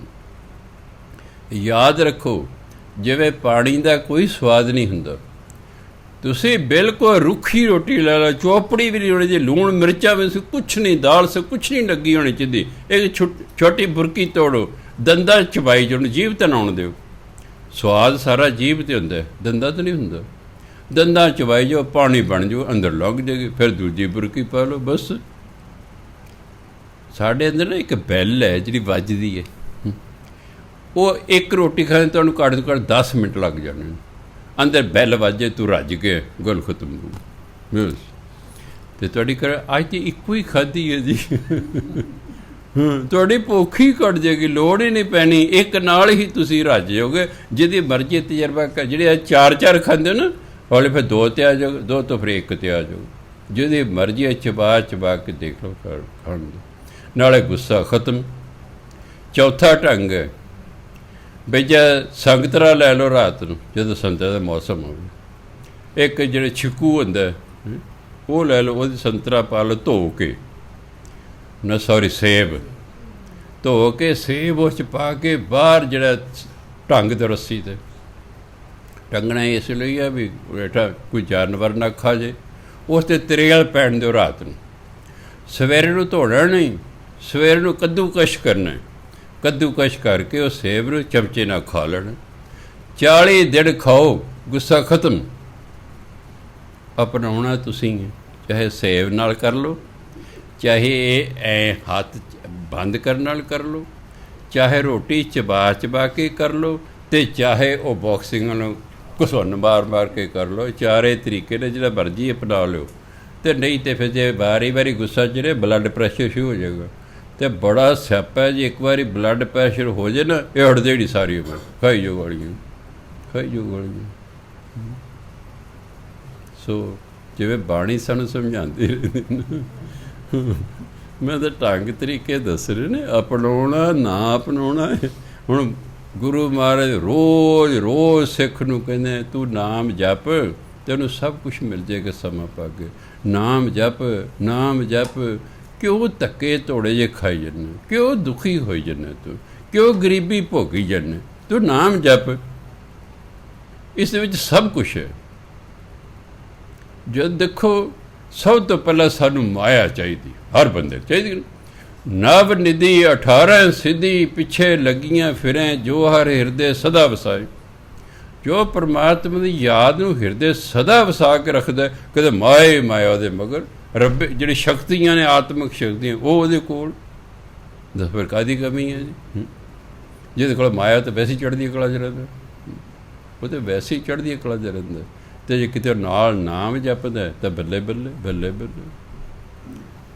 ਸੋ ਇਸ ਲਈ ਗੁਰੂ ਮਹਾਰਾਜ ਕਹਿੰਦੇ, ਕਾਮ ਕ੍ਰੋਧ ਨਗਰ ਬਹੁ ਭਰਿਆ, ਮਿਲ ਸਾਧੂ ਖੰਡਲ ਖੰਡਾ ਹੈ। ਇਹ ਕਾਮ ਅਤੇ ਕ੍ਰੋਧ, ਇਹ ਸਰੀਰ ਕਾਮ ਕ੍ਰੋਧ ਭਰਿਆ ਹੋਇਆ। ਮਿਲ ਸਾਧੂ, ਗੁਰੂ ਨੂੰ ਮਿਲ ਕੇ ਕਹਿੰਦਾ ਅਸੀਂ ਤਾਂ ਟੋਟੇ ਟੋਟੇ ਕਰਦੇ, ਕਦੋਂ ਕਰ ਨਾਸ ਕਰਤਾ। ਪੂਰਬ ਲਿਖਤ ਲਿਖੇ ਗੁਰ ਪਾਇਆ। ਪਰ ਗੁਰੂ ਵੀ ਤਾਂ ਹੀ ਮਿਲਦਾ ਜੇ ਪਿਛਲੇ ਜਨਮ ਲਿਖਿਆ ਹੋਵੇ। ਜਿਹੜਾ ਲਿਖਾ ਕੇ ਨਾ ਤੈਨੂੰ ਗੁਰੂ ਮਿਲੂਗਾ, ਉਹਨੂੰ ਹੀ ਮਿਲਦਾ। ਗੁਰੂ ਮਿਲੇਗਾ ਤੇ ਤਾਂ ਹੀ ਅਸੀਂ ਭਜਨ ਬੰਦਗੀ ਕਰਾਂਗੇ। ਜੇ ਗੁਰੂ ਨਹੀਂ ਮਿਲੇਗਾ ਤਾਂ ਵਾਹਿਗੁਰੂ ਕਿਵੇਂ ਕਰਾਂਗੇ ਬਈ? ਇਸ ਲਈ ਜਿਹੜੇ ਲਿਖਾ ਕੇ ਲੈ ਨੇ ਉਹੀ ਗੁਰੂ ਵਾਲੇ ਹੁਣ। ਜਿਹੜੇ ਲਿਖਾ ਕੇ ਨਹੀਂ ਲਏ, ਉਹਨਾਂ ਨੂੰ ਜਿੰਨਾ ਤੁਸੀਂ ਮਰਜ਼ੀ ਕਹਿ ਲਓ, ਉਹਨਾਂ ਦਾ ਮਨ ਹੀ ਨਹੀਂ ਕਰੇਗਾ। ਇਸ ਲਈ ਕਹਿੰਦੇ ਪੂਰਬ ਲਿਖਤ ਲਿਖੇ ਗੁਰ ਪਾਇਆ। ਪਿਛਲੇ ਜਨਮਾਂ ਦੀ ਲਿਖਤ ਕਾਰਣੇ ਗੁਰੂ ਦੀ ਪ੍ਰਾਪਤੀ ਹੁੰਦੀ ਹੈ। ਫਿਰ ਮਨ ਹਰ ਲਿਵ ਮੰਡਲ ਮੰਡਾ ਹੈ। ਇਹ ਮਨ ਫਿਰ ਦੇ ਹਰੀ ਨਾਲ ਲਿਵ ਲੱਗ ਜਾਂਦੀ ਹੈ। ਐਨ ਮੰਡਲ ਮੰਡਾ ਹੈ, ਲਿਵ ਦੇ ਵਿੱਚ ਲੀਨ ਹੋ ਜਾਂਦਾ। ਬਸ ਇਹਦਾ ਮਨ ਪਰਮਾਤਮਾ ਦੇ 'ਚ ਲੀਨ ਹੋ ਜਾਂਦਾ, ਉਹਦੇ ਨਾਲ ਲਿਵ ਲੱਗ ਜਾਂਦੀ ਹੈ। ਕਰ ਸਾਧੂ ਅੰਜਲੀ ਪੁੰਨ ਵੱਡਾ ਹੈ। ਇਸ ਲਈ ਅੰਜਲੀ ਦੇ ਦੋਨੋਂ ਹੱਥ ਜੋੜ ਕੇ ਨਮਸਕਾਰ ਕਰਨ। ਕਹਿੰਦੇ ਗੁਰੂ ਨੂੰ ਨਮਸਕਾਰ ਕਰ ਹੱਥ ਜੋੜ ਕੇ, ਇਹ ਵੱਡਾ ਪੁੰਨ, ਇਹ ਵੱਡਾ ਸ਼ੁਭ ਕਰਮ ਹੈ। ਗੁਰੂ ਨੂੰ ਹੱਥ ਜੋੜ ਕੇ ਨਮਸਕਾਰ ਕਰਨਾ। ਕੀ? ਹਾਂ, ਅੰਜਲੀ ਹਿੰਦੀ ਦਾ ਸ਼ਬਦ ਹੈ। ਕਰ ਡੰਡੌਤ ਪੁੰਨ ਵੱਡਾ ਹੈ। ਡੰਡੌਤ ਹੈ ਲੰਮੇ ਲੇਟ ਕੇ ਮੱਥਾ ਟੇਕਣਾ। ਕਈ ਵਾਰ ਮੈਂ ਹਿੰਦੂ ਵੀਰਾਂ ਨੂੰ ਜਦੋਂ ਦੇਵੀ ਦੇ ਚੱਲ ਰਹੇ ਨਾ ਦਿਨ, ਕਈ ਡੰਡੌਤ ਕਰਦੇ ਹੋਏ ਜਾਂਦੇ ਨੇ। ਸੁੱਖਿਆ ਆਉਂਦਾ ਸਾਡੇ ਘਰ ਪੁੱਤਰ ਹੋ ਜਾਏ, ਅਸੀਂ ਫਲਾਣੀ ਥਾਂ ਤੋਂ ਡੰਡੌਤ ਕਰਦੇ ਕਦੇ ਉੱਥੋਂ ਤੱਕ ਜਾਵਾਂਗੇ। ਉਹ ਲੇਟ ਜਾਂਦੇ ਨੇ, ਹੱਥ ਦੇ ਨਾਲ ਲਾਈਨ ਲਾ ਲੈਂਦੇ ਨੇ, ਫਿਰ ਖੜ੍ਹੇ ਹੁੰਦੇ ਨੇ, ਫਿਰ ਉੱਥੇ ਪੈਰ ਰੱਖਦੇ, ਫਿਰ ਅੱਗੇ ਲੇਟ ਜਾਂਦੇ ਨੇ। ਜਿਹੜਾ ਡੰਡੌਤ ਕਰਨਾ ਗੁਰੂ ਮਹਾਰਾਜ ਨੂੰ, ਇਹ ਵੀ ਕਹਿੰਦੇ ਬਹੁਤ ਵੱਡਾ ਪੁੰਨ ਹੈ। ਪਰ ਸਿੱਖ ਧਰਮ ਦੇ ਵਿੱਚ ਇਹ ਸੰਗਤੀ ਧਰਮ ਹੈ। ਇਹ ਸੰਗਤੀ ਧਰਮ ਹੋਣ ਕਰਕੇ ਜੇ ਹੁਣ ਇੱਥੇ ਆ ਕੇ ਮੰਨ ਲਓ ਕਥਾ ਚੱਲ ਰਹੀ, ਇੱਕ ਬੰਦਾ ਆ ਕੇ ਡੰਡੌਤ ਲਾ ਜਾਂਦਾ ਕਰ, ਤੁਹਾਡਾ ਸਾਰਾ ਦਾ ਧਿਆਨ ਉੱਧਰ ਚਲਾ ਜਾਏਗਾ। ਇਸ ਲਈ ਸਿੱਖ ਧਰਮ 'ਚ ਡੰਡੌਤ ਘੱਟ ਕਰਦੇ ਨੇ, ਮੱਥਾ ਟੇਕਦੇ ਨੇ। ਮੱਥਾ ਟੇਕਣ ਦਾ ਰਿਵਾਜ਼ ਹੈ, 99% ਮੱਥਾ ਹੀ ਟੇਕਦੇ ਨੇ। ਡੰਡੌਤ ਕੋਈ ਵਿਰਲਾ ਟਾਮਾ ਹੀ ਕਰਦਾ, ਕਿਉਂਕਿ ਹੋਰ ਤਰ੍ਹਾਂ ਲੱਗਦਾ ਉਹ। ਘਰ ਤੁਸੀਂ ਗੁਰੂ ਗ੍ਰੰਥ ਸਾਹਿਬ ਰੱਖਿਆ ਹੋਇਆ, ਜੋ ਮਰਜ਼ੀ ਕਰੀ ਜਾਓ, ਕੋ ਤੇ ਦੂਜੇ ਨਹੀਂ ਡਿਸਟਰਬ ਹੁੰਦੇ। ਜਾਂ ਫਿਰ ਸਾਰੇ ਹੀ ਡੰਡੌਤ ਕਰਦੇ ਹੋਣ, ਫਿਰ ਵੀ ਸਾਡਾ ਧਿਆਨ ਹੋਣਾ ਜਾਵੇ, ਚਲੋ ਇਹ ਤਾਂ ਸਾਰੇ ਹੀ ਕਰਦੇ ਹੁੰਦੇ ਨੇ। ਹੁਣ ਜਦੋਂ ਇਕੱਲਾ ਇਕੱਲਾ ਕਰਦਾ ਪਿਆ ਦੇਖਿਆ, ਫਿਰ ਸਾਰੇ ਉਹਦੇ ਵੱਲ ਵੇਖਣ ਲੱਗ ਜਾਂਦੇ ਅਤੇ ਉਹਦੇ ਅੰਦਰ ਹਉਮੈ ਆ ਜਾਂਦੀ ਹੈ। ਹਾਂ, ਸਾਰੇ ਮੈਨੂੰ ਵੇਖ ਰਹੇ ਨੇ। ਉਹ ਜਿਹੜੇ ਡੰਡੌਤ ਕਰ ਕੁਝ ਮਿਲਣਾ ਸੀ, ਹਉਮੈ ਕਰਕੇ ਖਤਮ ਹੋ ਗਿਆ। ਕਿਹੜਾ ਇੱਕ ਪੰਗਾ ਹੋ ਜਾਂਦਾ। ਤੁਹਾਡੇ ਕਿਸੇ ਐਕਸ਼ਨ ਨੂੰ ਸਾਰੇ ਵੇਖਣ ਲੱਗ ਜਾਣ ਤਾਂ ਤੁਸੀਂ ਖੁਸ਼ ਹੁੰਦੇ ਵੀ ਆਹਾ ਵੇਖ ਰਹੇ ਨੇ ਮੈਨੂੰ। ਇਸ ਲਈ ਗੁਰੂ ਮਹਾਰਾਜ ਕਹਿੰਦੇ ਸਾਕਤ ਹਰ ਸਾਧ ਨਾ ਜਾਣਿਆ ਤਿਨ ਅੰਤਰ ਹਉਮੈ ਕੰਡਾ ਹੈ। ਜਿਹੜੇ ਸਾਕਤ ਨਹੀਂ, ਮਾਇਆ ਧਾਰੀ ਨੇ, ਇਹਨਾਂ ਨੂੰ ਦੇ ਪਰਮਾਤਮਾ ਦੇ ਨਾਮ ਦਾ ਸਵਾਦ ਹੀ ਨਹੀਂ ਆਉਂਦਾ, ਕਿਉਂਕਿ ਇਹਨਾਂ ਦੇ ਅੰਦਰ ਹਉਮੈ ਦਾ ਕੰਡਾ, ਹਉਮੈ ਰੂਪੀ ਕੰਡਾ ਹੈ ਇਹਨਾਂ ਦੇ ਅੰਦਰ। ਕਹਿੰਦੇ ਇਸ ਲਈ ਇਹਨਾਂ ਨੂੰ ਨਾਮ ਦਾ ਕੋਈ ਸਵਾਦ ਨਹੀਂ ਆਉਂਦਾ। ਜਿਉਂ-ਜਿਉਂ ਚੱਲੇ ਚੁੱਭੈ ਦੁੱਖ ਭਾਵੇਂ, ਇਹ ਜਿਉਂ-ਜਿਉਂ ਚੱਲਦੇ ਨੇ ਉਹ ਕੰਡਾ ਹਉਮੈ ਦਾ ਕੰਡਾ ਨੂੰ ਚੁੱਭਦਾ, ਫਿਰ ਦੁੱਖ ਪਾਉਂਦੇ ਨੇ, ਦੁੱਖ ਪਾਉਂਦੇ ਨੇ, ਕਿਉਂਕਿ ਹਉਮੈ ਵੱਧਦੀ ਜਾਂਦੀ ਹੈ। ਜਦੋਂ ਮਨੁੱਖ ਇਸ ਪਾਸੇ ਨੂੰ ਤੁਰਦਾ ਹੈ ਫਿਰ ਉਹਦੀ ਹਉਮੈ ਵੱਧਦੀ ਹੈ, ਉਹ ਫਿਰ ਜਿਵੇਂ ਕੰਡਾ ਚੁੱਭਦਾ ਸਗੋਂ ਦੁਖੀ ਹੁੰਦੇ ਨੇ। ਫਿਰ ਹੁੰਦਾ ਕੀ ਹੈ, ਜਮ ਕਾਲ ਸਹੈ ਸਿਰ ਡੰਡਾ ਹੈ, ਫਿਰ ਜਮਾਂ ਦਾ ਸਿਰ 'ਤੇ ਡੰਡਾ ਪੈਂਦਾ ਹੈ, ਸਜ਼ਾ ਭੋਗਦੇ ਨੇ। ਭਾਈ ਤਾਂ ਨਾਮ ਜਪਣ ਭੇਜਿਆ ਸੀ, ਤੁਸੀਂ ਜਪਿਆ ਕਿਉਂ ਨਹੀਂ? ਬਾਕੀ ਵਿਚਾਰਾ ਕੱਲ੍ਹ ਨੂੰ ਨਹੀਂ। ਸਾਰੀ ਸੰਗਤ ਨੂੰ ਬੇਨਤੀ ਹੈ ਕਿ ਆਪਾਂ 8ਵੇਂ ਪਾਤਸ਼ਾਹ ਦਾ ਪ੍ਰਕਾਸ਼ ਦਿਹਾੜਾ ਮਨਾਉਣਾ। ਇਸ ਸੰਬੰਧ ਦੇ ਵਿੱਚ ਕੱਲ੍ਹ ਨੂੰ ਅਖੰਡ ਪਾਠ ਸ਼ੁਰੂ ਹੋਣੇ ਹਨ। ਸਾਰੇ ਆਪਣੇ ਆਪਣੇ ਡਿਊਟੀਆਂ ਯਾਦ ਰੱਖਣ। ਐਤਵਾਰ ਨੂੰ ਫਿਰ ਸ਼ਾਮੀ ਜਿਹੜਾ ਆਪਾਂ ਪਹਿਲਾਂ 8ਵੇਂ ਪਾਤਸ਼ਾਹ ਦੇ ਜੀਵਨ ਬਾਰੇ ਵਿਚਾਰ ਕਰਾਂਗੇ। ਜੇ ਬਾਕੀ ਟਾਈਮ ਵਿੱਚੋਂ ਕੁਝ ਬਚ ਗਿਆ ਫਿਰ ਇਹ ਬਾਕੀ ਜਿਹੜੀ ਕਥਾ ਵਾਰਤਾ ਹੈ ਇਹ ਪੂਰੀ ਕਰ ਲਾਂਗੇ। ਵਾਹਿਗੁਰੂ ਜੀ ਕਾ ਖਾਲਸਾ, ਵਾਹਿਗੁਰੂ ਜੀ